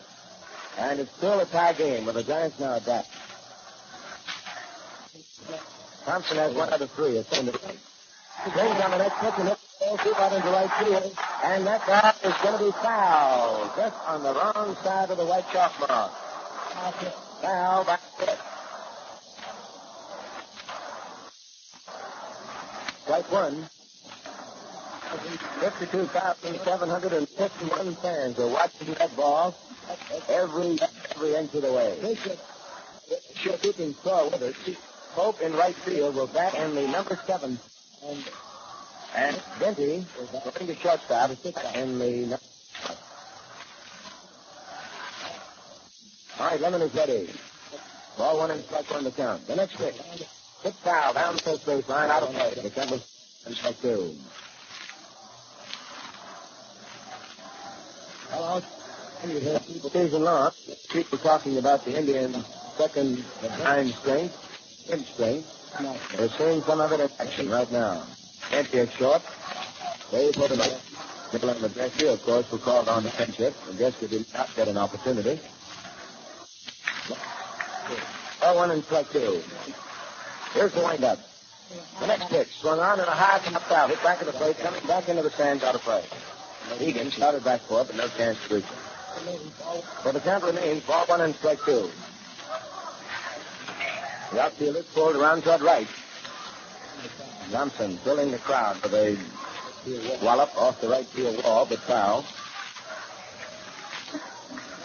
Thompson, the batter. On deck is Monty Irvin. Lemon has given up a total of 8 hits. The Indians have a total of 7. The next pitch is high and outside. Ball 2. Even up 2 now. Barnes and Hank Thompson. Third baseman. The wind is still strong, coming out of the southeast, going across from third to first. The next pitch. Kick foul down the first base line. Fielded by Frederick. A one-hand stop.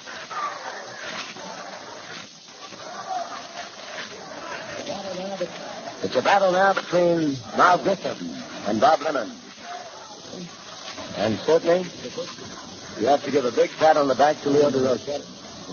Strategy, calling the right pitcher, the right down middle, got Wertz, and Grissom got the rest of it. Two pitch to Thompson is ball 3 outside, and the swing is out. Full count of 3-2.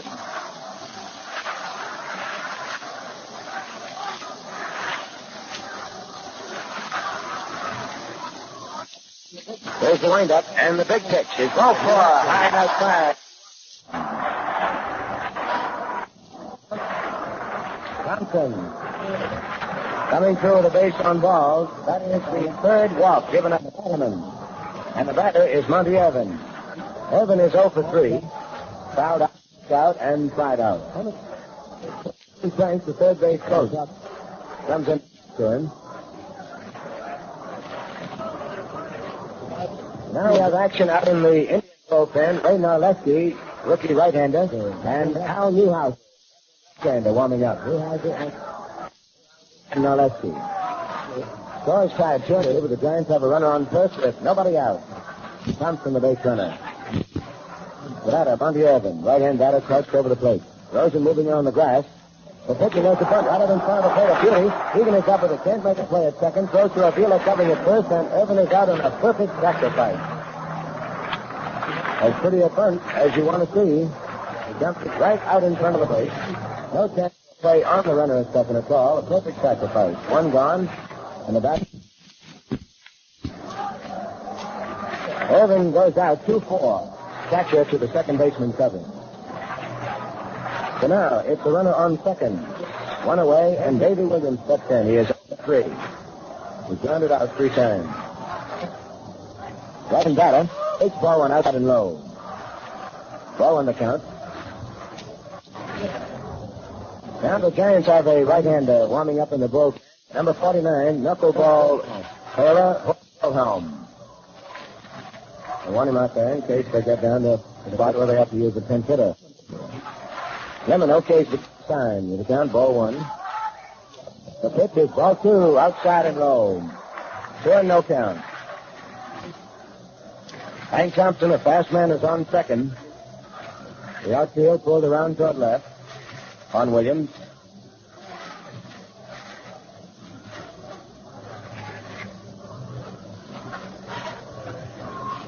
Balls to no strikes. Batter on deck is Westrom. Lemon has his sign up with a stretch now. Look back to the runner. And the pitch is swung on a ground ball to the left side of the infield. Rosen comes in, takes it. The runner is holding it second, the third at first, and Williams is out on a close play. Had him by a step. Wertz leaning into the infield for that throw. That Williams just by a step, fraction of a step. There are 2 gone. The runner is still at second, and the batter is Wes Westrom. Williams going out. Rosen to Wertz. 5-3. This broadcast coming to you from the Polo Grounds in New York City, the home of the National League champion New York Giants. The first game of the 1954 series. And if this is an indicator of what the others are to be, we'll be happy. The score is tied 2-2. Last of the 8th. 2 out. The Giants have a runner at second. Egan and Lemon had a little conference out there, midway between the mound and the plate. Westrom has been a surprise. In 3 trips to the plate, he has 2 hits, 2 singles into left. Right-hand batter. Lemon checks the runner back at second. First pitch. Ball one outside, a curve breaking wide of the plate. Ball 1 the count on Westrom. They'll pitch carefully to Westrom with the pitcher due next. Thompson on second leads away. The pitch, Westrom swings and misses. He went for the slider. Strike 1. Ball 1 and strike 1 the count. A lot of the old-timers will tell you that a slider is just a nickel curve, but not so in the case of Mr. Bob Lemon, who really explodes that thing when it breaks away. Real sharp breaker. Up in position. Lemon backs off the rubber. Westrom stepped out. The count is even 1-1, a tense moment in the last half of the 8th inning. Thompson, the base runner at second, ready to travel. The outfielders pulled around toward left. Up in position now, Lemon looks back to the runner. The pitch is swung on and a high pop foul is hit back of the plate. Egan coming back near the stands, but he will not be able to get it. It drops onto the screen out of play.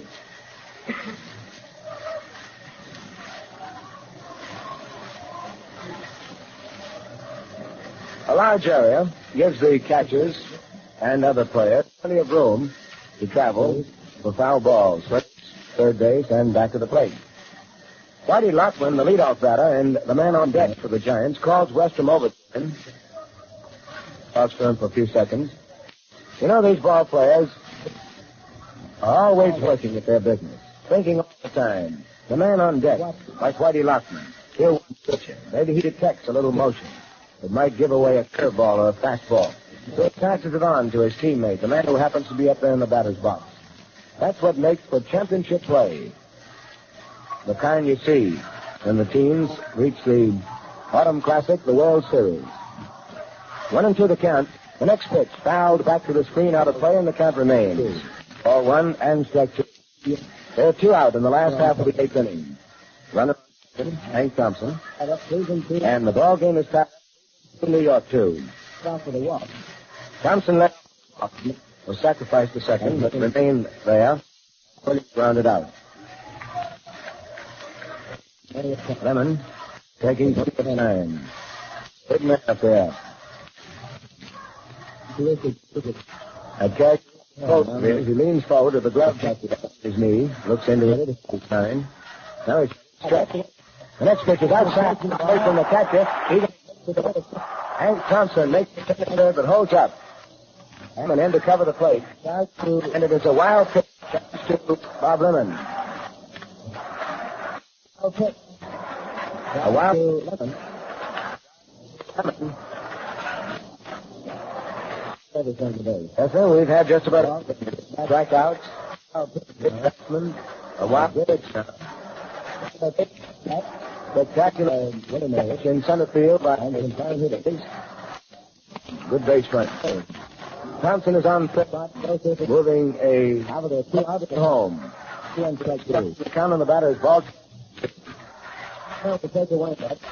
Lemon works into it. Westrom swung on to that the center field. Bobby comes on and pulls it down. It retires the side. It's really late. To that ball this afternoon, a line drive and playing him for it. No, side is retired. No hit runs for the Giants. There was 1 walk. 1 man left. In the 8th inning, the score 2, New York 2. Well, fans back at the Polo Grounds in New York, going into the first 9th inning, the score is tied. Here are the 8-inning total. Cleveland, 2 runs. No errors, 9 left. New York Giants, 2 runs, 8 and 9 left. That's a ball game. We're waiting for the leadoff bat. As far as 10 seconds for identification. This is the radio network for all. This is WGN, your exclusive World Series station in Chicago.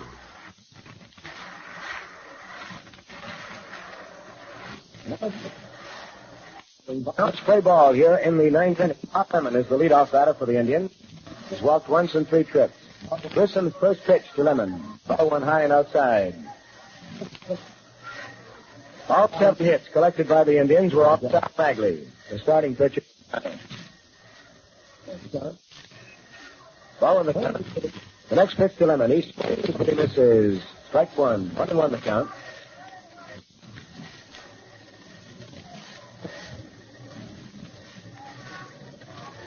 Lemon is recognized as one of the top hitting pitchers in the game.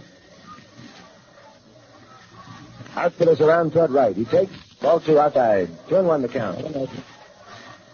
Lemon has won quite a few of his own games this year and in other years with his hitting. And it was just a couple of seasons ago that he came up with 7 home runs in one season. A fine record for a pitcher. Of course, he had previously played the outfield. Ball 2 on strike 1, the count. Grissom works into the windup. The pitch is swung out and fouled off into the stands, off to the left of the plate, out of play. It's even up, 2-2.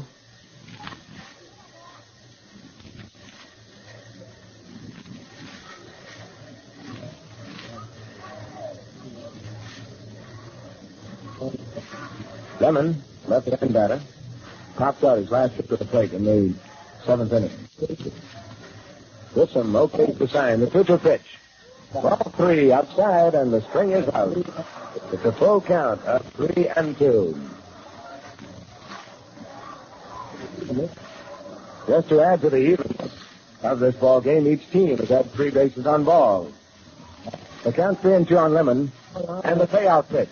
Coming up, swung on and a short fly ball into left field. Coming in fast to Monty Irvin. He's under it and makes the catch almost at the shortstop position. And the wind pulled that ball back in toward the infield. Dart could have taken it easily, but he saw that Monty Irvin was on the run. And rather than Irvin, perhaps risk a collision, called him on for it. 1 away. Lemon pops to Monty Irvin. Here's Al Smith, the Indians' leadoff batter. Right-hand batter takes the fastball out to hit one. Smith tried to pitch to Magley in the first inning and scored the first one of the ball game. Struck out in the second.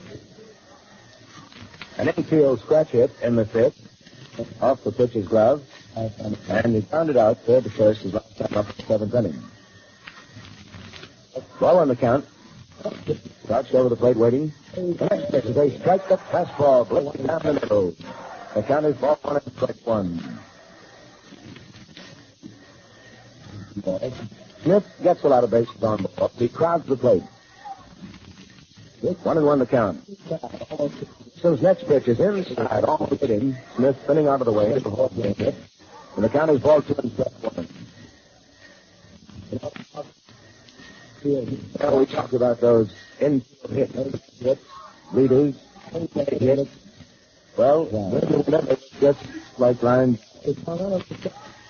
The next pitch is a fly ball is hit out into Monty Irvin. Going back now, closes the he makes the catch. He stands there to give him the call. Hit high to Irvin in left center.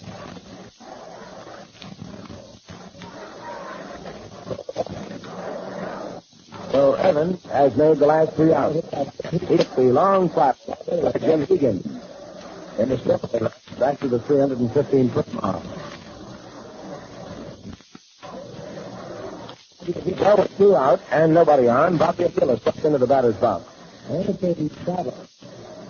Right on today's ball game, there's been only 1 extra base hit. Vic Wertz with a quick first inning off the right center field wall.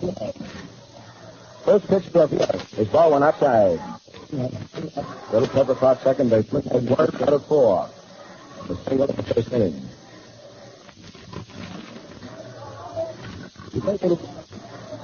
Good ball player has had one of his best hitters. Again, he takes a strike. Fastball in there. The count is 1-1. Abdullah hit 15 home runs in the break season. A lot of people wonder where he gets his power. Good wrist action. 1-1 the count. Grisham's pitch. Nice swing and a miss. Strike 2.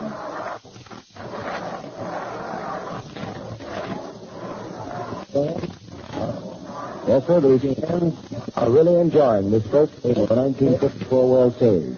We hope that you folks all around the world, too, are enjoying our broadcast. We've got the clip to you over the great excitement here at the Polo Grounds this afternoon.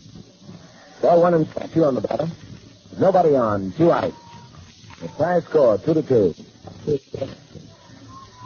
Outfielders are covering straight away for the Grissom opens the sign into the windup. The pitch is outside, and Lowe gets away from the catcher. Away from him. Ball 2. 2-2 count. The Indians have the bases loaded in the 8th inning. They will score. They find a bit of relief pitching on the part of Don in the 8th inning. They will score. They find a bit of relief pitching on the part of Don Little and Mark Whittle. And the Giants had a man as far as third but failed to score. Off the count is 2-2. Larry Doby takes on deck. First half of the 8th inning. Here's the windup. And the 2-2 pitch. Swung on, and there's a high foul in the short left field. Monty Irvin is coming hard. Still racing in as the wind holds it up. He pops the ball. Wheeler's trying for 2. Irvin takes it up close to second, but too late. Drop chance on Monty Irvin. And it is charged to Monty Irvin, the left fielder. Oh, charged to Irvin. Dart went back to cover, but it was Irvin's ball that the wind played a very important part in holding that ball. Actually, bringing it back on the infield. It's an error on Monty Irvin, the third giant error of the game, and the dealer is on second. With a tie-breaking run, Larry Doby is the batter. Weston now goes to Marv Grissom. And they're going to give him an intentional pass. A left-hand batter. And in spite of the fact that Al Rosen, the cleanup hitter, is on deck, they speak to him less dangerously, or to be less dangerous than Doby, a full hitter, and the left-hand batter who has the wind in his favor.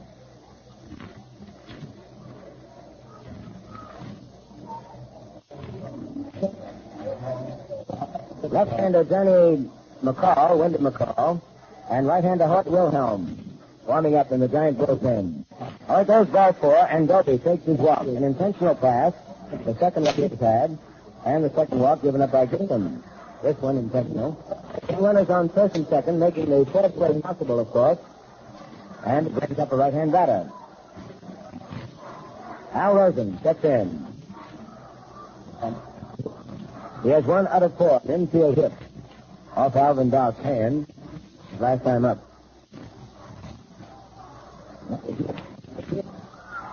And let's move on. 2 out. First pitch is all 1 outside. That on deck is Vic Wertz. The outfielders are on to that with Monty Irvin deep and straight away, playing the sun field. Willie Mays over in left center. This is next to Rosen swings and fouls it off to catcher's mask. Stunned Wetson suggests a brief moment. Gets to his feet. Boy, that can really hurt you. Ball 1 and strike 1. Avila is on second. Doby is on first with 2 outs here in the first half of the 9th inning. Score tied. Cleveland 2, New York 2.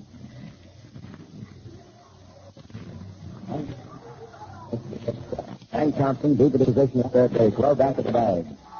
Doc covering shortstop, moving around. Ever alert, waiting for the play. Rosen back in the batter's box with the count. Ball 1 and strike 1. Grissom up with a stretch. Looks back to the runner at second. The pitch is cut through with a fastball way side to the inside corner. Ball 1 and strike 2.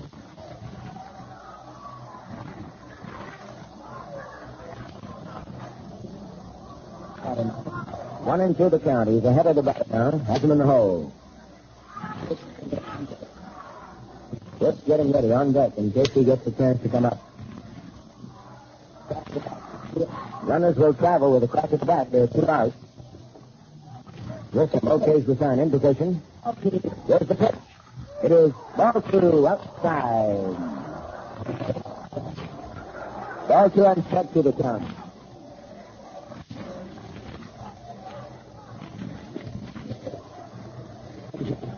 The moment these baseball fans love, that runner in scoring position. Look at the move. Al Rosen, getting a cleanup batter at the plate. Bobby with a long lead off first. The 2-2 pitch. Fouled back to the screen, out of play. Count remains 2-2. Rosen, while he is a slugger, will change up as the pitcher works on him. A lot of times you'll see him with his hands right down the end of that bat. Other times he moves up on the bat. He'll hit the right field or the right center. Instead of slugging for the long ball, he tries for that base hit. It will bring a run home. 2-2. He's one of the game's great competitors. Aggressive, hard work. Here's the 2-2 pitch. Ball 3, outside and low, and the swing is out. It's a full count, and the runners will be moving with the pitch. Runners on first and second, 2 out. The count 3-2. Al Lopez, the Indian manager, stalking the dugout floor, walking back and forth. Leo Durocher right down below us doing the same. 3-2 count. The outfielders now have moved straight away. Here's the stretch. The runners are moving. The big pitch is swung on, and there's a fly ball into left field. Monty Irvin moving in under this one now. He has it, and the side is retired.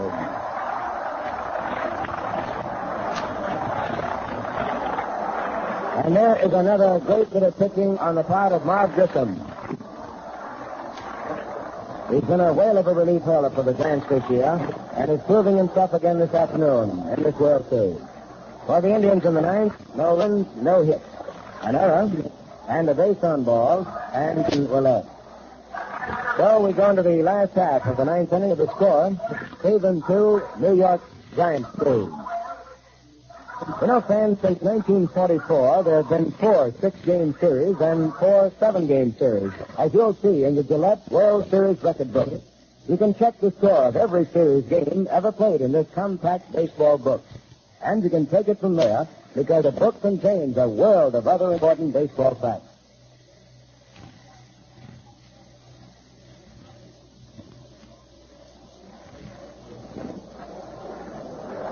Moving into the last half of the ninth inning, the Giants coming back. The pitcher, Marv Grissom, will be the leadoff batter. Then to the top of the batting order, Whitey Lockman, Alvin Dart. The heavy part of the Giant attack.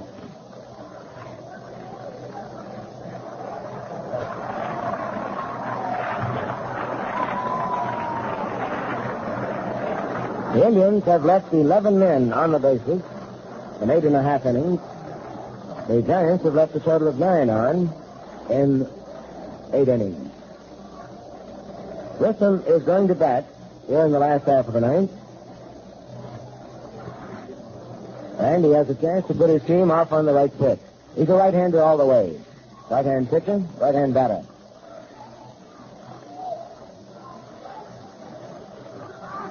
Lemon gave up 3 hits in the 3rd inning. That was when the Giants scored their 2 runs.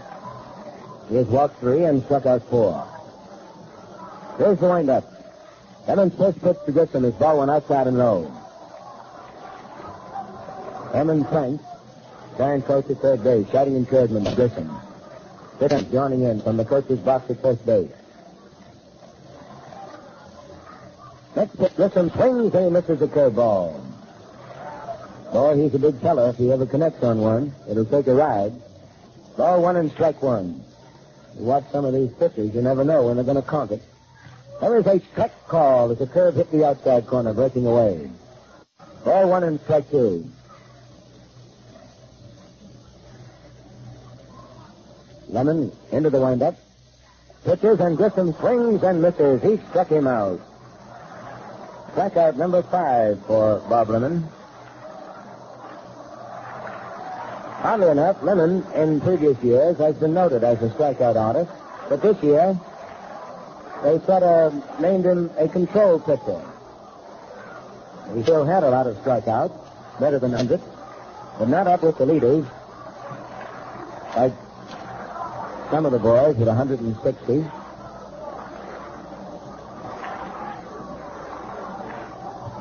The next batter, Whitey Lockman, left-hand batter, steps in.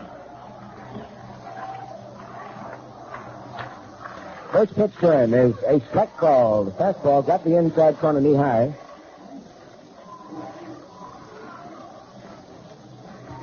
The outfielders are slipped well around Ted right, deep in all fields. Emmons' next pitch is ball one outside and low.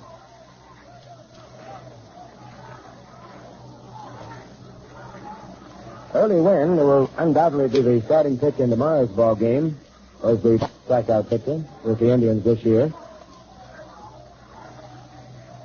1-1 the count. On Lockman, 1 out. The next pitch is fouled into the dirt. Goes back to the plate. And the count moves to ball 1 and strike.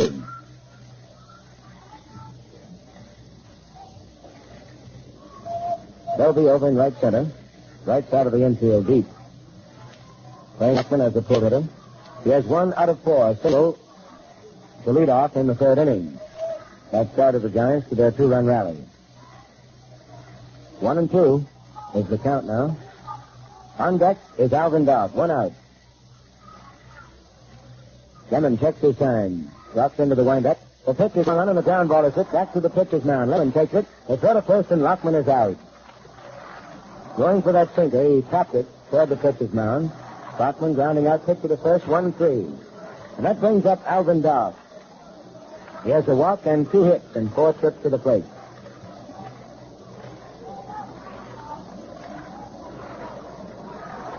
The Giants got 7 hits off Lemon in the first 4 innings of the ball game, and since then have had just 1.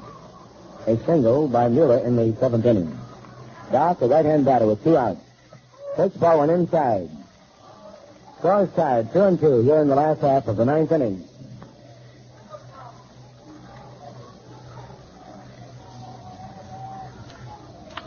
Here's the windup. And the next pitch is outside. Ball 2. Ball 2, no strike.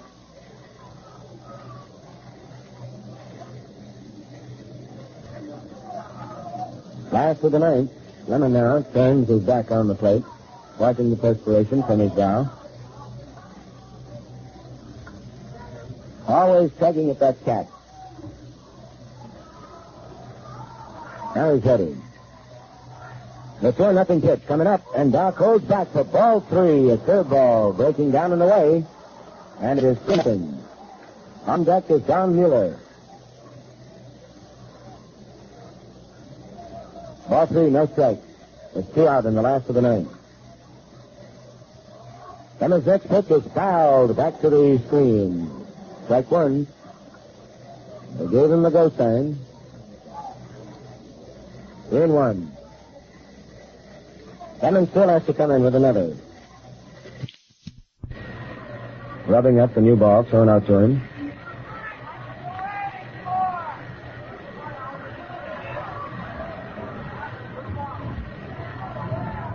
Al Rosen, the third baseman, is pulled over close to the line. Lemon has his sign now. The 3-1 pitch. Pulled foul down the third baseline over toward the stands, and it is ball 3, strike 2. Well, he's caught up with him now, and it boils down to just 1 pitch. 1 for the batter, 1 for the pitcher. Ball 3, strike 2. Doc digs back in there. Right-hand batter. One of the game's real tough competitors. Hard to get out. Lemon works into the windup. And the big pitch is swung on and popped up foul off to the right. And Wertz is racing over near the stands. He won't be able to get to it. It drops back in the crowd. Out of play.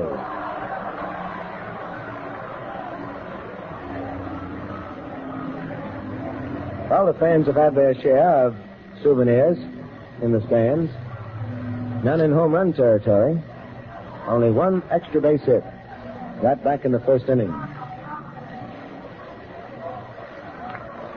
3-2 the count. Umpire Barlick throws a new ball to play. Lemon takes a long look on the sign from his catcher, Jim Hegan. He's all set. Here's the windup. And the 3-2 pitch is hard and pulled far out into left field. Smith is going back. Right in front of the wall. He's under the mix of the catch as the wind held it up.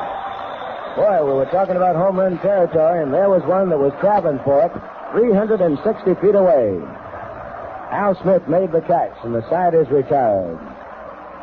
For the Giants in the ninth, no runs, no hits, nothing across, and we go into extra innings. At the end of 9, it is Cleveland 2, New York Giants 2.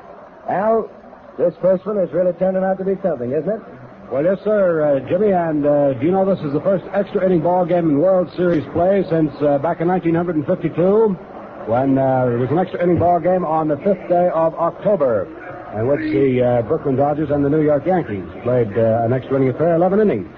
And if I remember rightly, Carl Erskine was the pitcher in that ball game. So, Jimmy, we've had our share of thrills here this afternoon, haven't we? You're absolutely right, Al, and as I said before, if this is an indicator, we're really in for something in the rest of this World Series. Well, at the end of 9 innings, it's tied up. Al, 2-2. I haven't been able to break it. Why don't you take it over, Al Helford? All right, Jimmy, we'll see what will happen here. Here are your totals at the end of 9 innings of play for the Cleveland Indians. 2 runs, 7 hits, no errors. They have left 11 on here this afternoon in facing pitchers Magley, Little, and now Mark Grissom. And for the New York Giants, in facing Bob Lemon, they have 2 runs on 8 base hits. They've committed 3 errors afield, and 9 have been left on. So it's just about as even, Stephen, as it possibly can be, with the exception of the error column. And now let's step into the top half of the 10th inning to see what Victor Wertz is going to do. He's ripped a triple and 2 singles and 4 at-bats and swings on the first pitch offered by Grissom, hits a high foul ball off to the left of the plate, way up into the second tier out of play. So this promises, as Jimmy said, to be a wing-ding series. All the experts have picked it as such, and I think all the fans around the country and the world expect it to be exactly that. The Cleveland Indians and the New York Giants, and Mark Grissom, showing a lot of strength on the mound in relief, is pitching now the left-handed batting Victor Wertz. Has a count on him of strike 1. Pitches a knuckleball, what looks like a knuckler, and it's fouled off to the left of the plate for strike 2. Inning number 10 here in the first game of the 1954 World Series. This is the 51st playing of the Fall Classic. And right now the shadows are beginning to fall here over Coogan's Bluff and over the playing diamond at Polo Grounds. Home plate, first base, pitcher's mound, and second base and third base in the shadows. Now Grissom is ready. Delivers 0-2, which takes the fastball, fired in there high for ball 1. 1 ball and 2 strikes. Cleveland 2, the New York Giants 2. I guess you wouldn't want a more even-Steven ball game to start off the big fall activity. Marvin Grissom, 34-year-old right-hander, pitched some fine relief ball for the Giants this year. Delivers to Wertz, a fastball low for ball 2.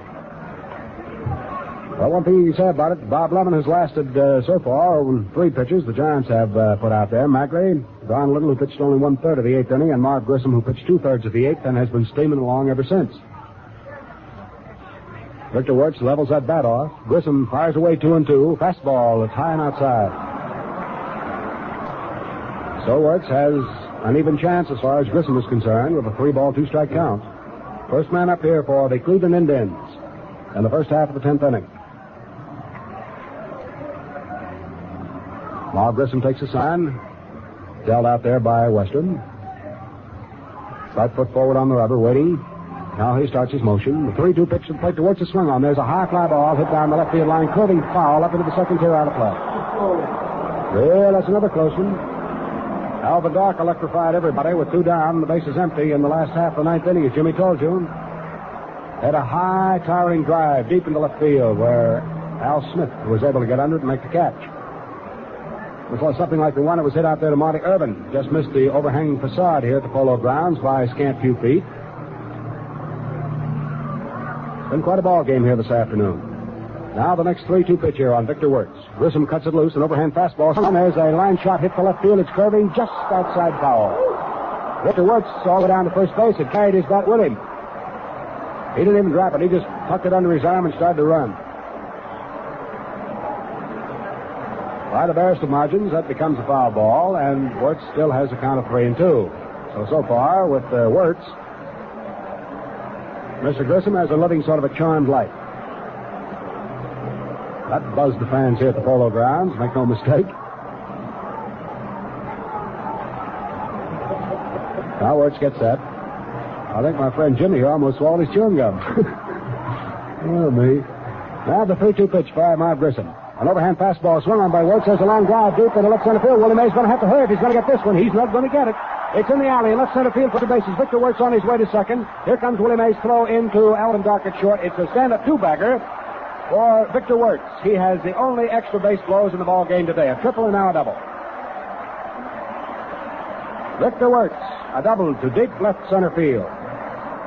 Well, Willie Mays made one spectacular catch on Victor Wertz back in the 8th inning. Jimmy Dudley told you, going deep in the right center field, taking the ball over his shoulder, much in the manner, and then catching a forward pass of his quarterback. Mays turned around, his quick throw in. Held things down pretty much. Now, Rudy Regalado is coming out of the bullpen. He's going to run for Victor Wertz. Rudy Regalado, the kid from California. Round of applause for Vic Wertz, and he deserved it.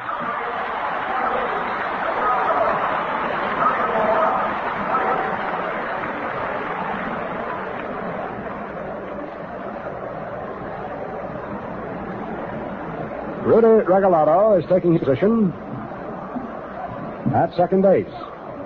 Regalado, the young fellow who came out of California to make himself a spot on the ball club. Rudy's from Los Angeles, California. That is, he was born there and still raised there. Was raised there and still lives there. 6 feet 185 pounds.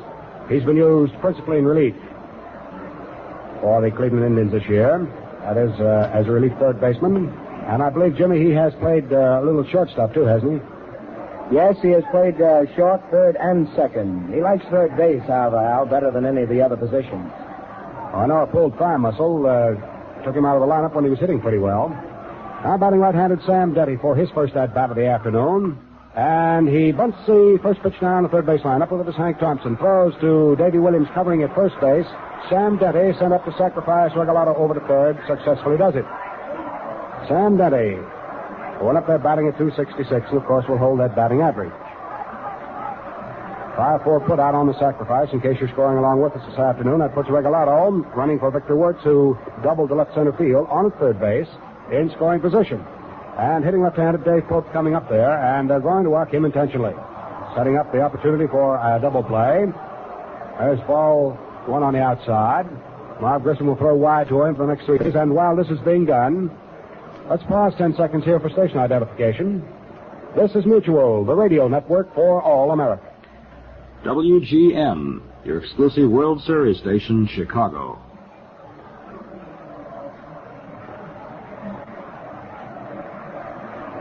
We've just completed ball 4 to Dave Pope. And Bill Glenn, a left-hand hitter, is being called upon to bat for Jim Hegan. So Al Lopez is going all out here in his attempt to get this run in, to lead in the ball game here in the top half of the 10th inning, because once you get past those 9, as we all know, it's a sudden death affair. And, of course, Grissom has his work cut out for him very definitely. Bill Glenn, hitting left-handed, is being announced to the crowd now. He'll probably stay in and play at first base.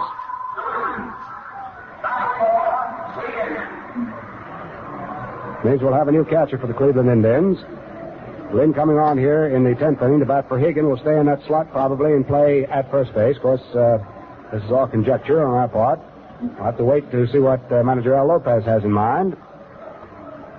But we're just sort of kind of looking forward to the last half of the 10th inning to see how the defensive alignment is going to come up for Cleveland. Bill Glenn hitting left-handed. Moving in there right now. First baseman hit .251 over the regular season. Left-handed batter. Right up the first pitch to Glenn with runners at first and third. Second is open and one out. The pitch to Glenn is a curve, nicely over, right under the letters for called strike one. Grissom gave him a lot of motion and not too much speed.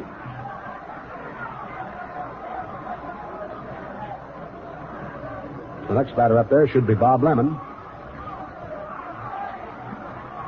Down comes the pitch again. Fastball swung on a miss by Glenn for strike 2.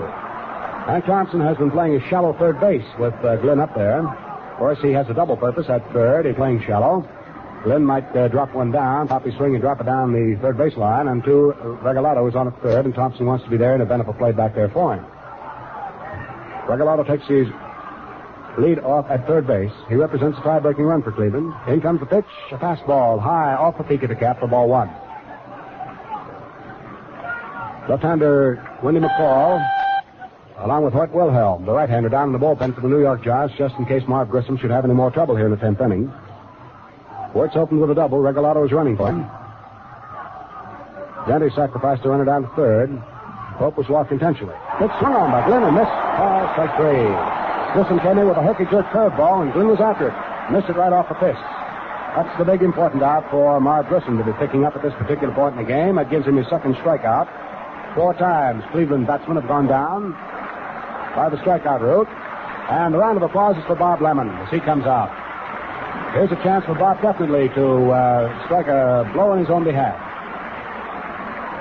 Let's see, this afternoon Lemon has walked in the second inning, lined out to center field to Willie Mays in the fifth, wrapped up to shortstop Alvin Dart in the seventh, and in the ninth inning, hit a fly ball to left field to Monty Irvin. Time is called for the moment as Whitey Lockman comes over to say something to Marv Grissom and remind him that there are 2 out here in the top of the 10th inning. Regalado is on at third base. At first is Dave Pope. Second is open. 2 down. Score still 2 apiece, and Bob Lemon up. Grissom delivers to him, and Lemon takes a fastball that's low and outside for ball 1. Quite a tense moment in the ball game here for Marv Grissom and the New York Giants. As Jim told you, this is Marv Grissom's ball game now, to win or lose. He's won 10, lost 7 on the regular season. He's ready now. Delivers a curve, swung on. A line drive right to Whitey Lockman at first base for out number 3 to retire the side. And the Cleveland threat goes to the board. So here in the 10th inning for Cleveland, no runs, 1 base hit. There were no Giant errors, and 2 Cleveland Indians were left on. Running their total now to 13 to be left on and going to bat 10 times. So the score at the end of 9 1/2 innings of play remains Cleveland 2, the New York Giants 2. Well, we're in extra innings now, fans, and how long this game will go is the $64 question. The longest game on record took 3 hours and 28 minutes when the Tigers faced the Cubs in 1945. Now, you'll find plenty of interesting baseball dope just like this if you get yourself a copy of the Gillette World Series record book. Here's a great little reference book to have on hand all year round. It answers thousands of questions, highlights facts, figures, and features that make every game more exciting and more enjoyable. Buy today's 1-piece Gillette Super Speed Razor at the regular price, and the book is yours free while they last. Now the last half of inning number 10.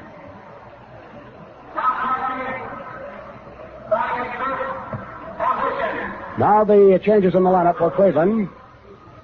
At first base, we have Bill Glenn and Mickey Grasso, a fellow who had a terrific fight to make a comeback this year after having suffered a severe fracture of the leg, is coming on to do the catching here in this World Series game. And he'll bat in the number 5 position. So Mickey Grasso comes on. He's the same Mickey Grasso who did quite a bit of the catching for the Washington Nationals and was dealt over to the Cleveland Indians. Mickey Grasso, practically all of the year, because of that fractured leg, is coming on here in the 10th inning to be the catcher. And at first base, as we had supposed, Bill Glenn remains, who will bat number 8. He'll take over at first base. So defensively now, the Cleveland Indians have Bob Lemon on the mound. Mickey Grasso behind the plate. At first base, Bill Glenn. At second, Bobby Avila. At short is Sam Detty. And at third is Al Rosen. The outfield remains the same of left fielder Al Smith, center fielder Larry Doby, right fielder Dave Pope. Lemon ready to pitch now to Don Mueller. He does and gets let up curveball in there for a strike. 2 runs on 7 hits for Cleveland, no errors. They've stranded 13 so far in this extra inning ball game. The Giants have 2 runs and 8 hits off Lemon. Mueller takes a cup at this next pitch and hits a foul ball off the end of the bat. Goes over into the stands out of play back at third base. Strike 2 the count on Don Mueller, the number 3 here in the Giants order. He'll be followed by Willie Mays and then by Hank Thompson.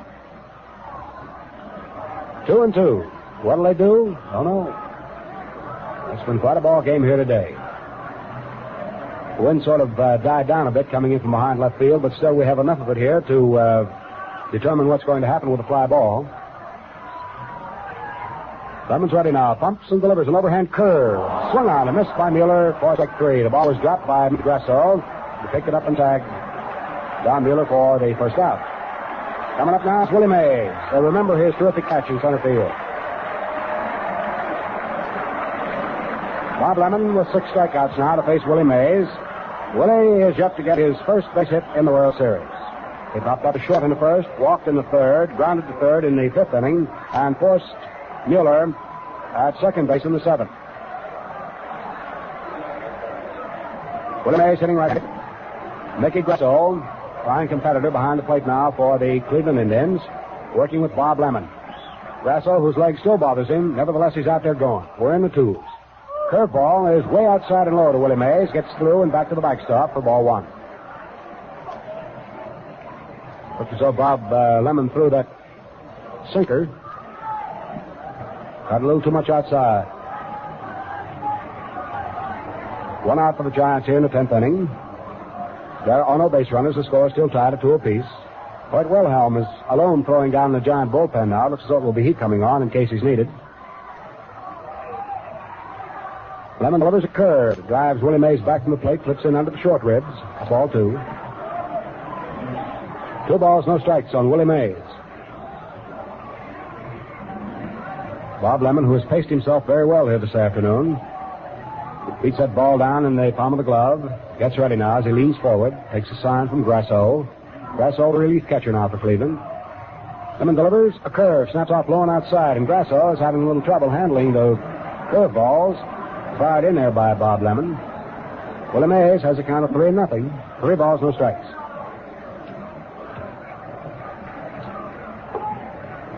Lemon back to visit the rosin bag. Slams it down. Comes right up. Puts his foot on the rubber. Looks down at Willie Mays, who's standing there waiting for the pitch to be made. Now the 3-0 delivery. Lemon comes in with fastball, taken by Mays and poured through at the knees for strike 1 call. Al Barlick, the National League umpire, working the plate here this afternoon, can be heard all over this ballpark.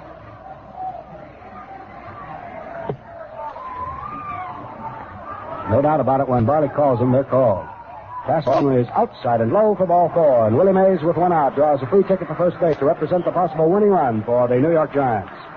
In the way of bases on balls, if you'll check me, Jim, that's the 4th given up by Jim Lemon. Like it? The 4th given up by Bob Lemon, and coming up to the plate now is Hank Thompson. Hank's banked a single to right field back in the 3rd inning. He's rolled out to first, then hit his single to right, came along in the 5th inning and struck out, and then was walked in the 8th. So he's 1 for 3 this afternoon and has driven in 1 of the runs the Giants now possess. Now we're ready for the first pitch. Down it comes, there goes the runner. Willie Mays is going to try for it. Mickey Grasso throws down to second. It's not in time to Denny. And Willie Mays has stolen second base.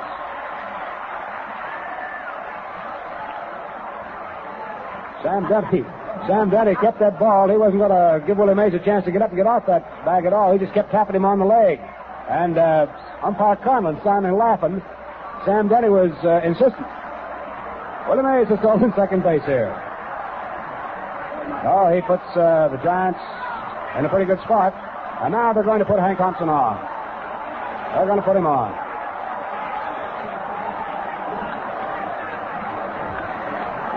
Well, put Thompson on, walked intentionally. Runners at first and second. That'll set up a double play situation.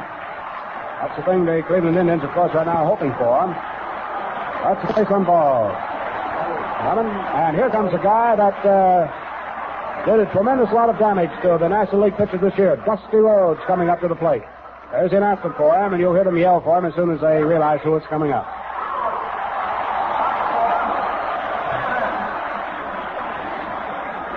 Dusty Rhodes coming up to the plate. He's going to bat for Monty Irvin. He'll probably remain out there to play in the field. Dusty Rhodes batting at .341. Hit 15 home runs this year for the Giants, drove in 50 runs, and didn't play too often. Played in only 82 of the ball games. Used principally as a pinch batter. Dusty Rhodes coming on, left-handed. So Lemon has his work cut out for him with 1 out, 2 on here in the last of the 10th inning. Rhodes swings on the first pitch. It's a high-fly ball into right field, coming over his Pope, back near the line, leaps. He can't get it. It's into the right field stand for a home run for Dusty Rhodes. Lemon throws his glove straight up in the air, and that's it. That does it.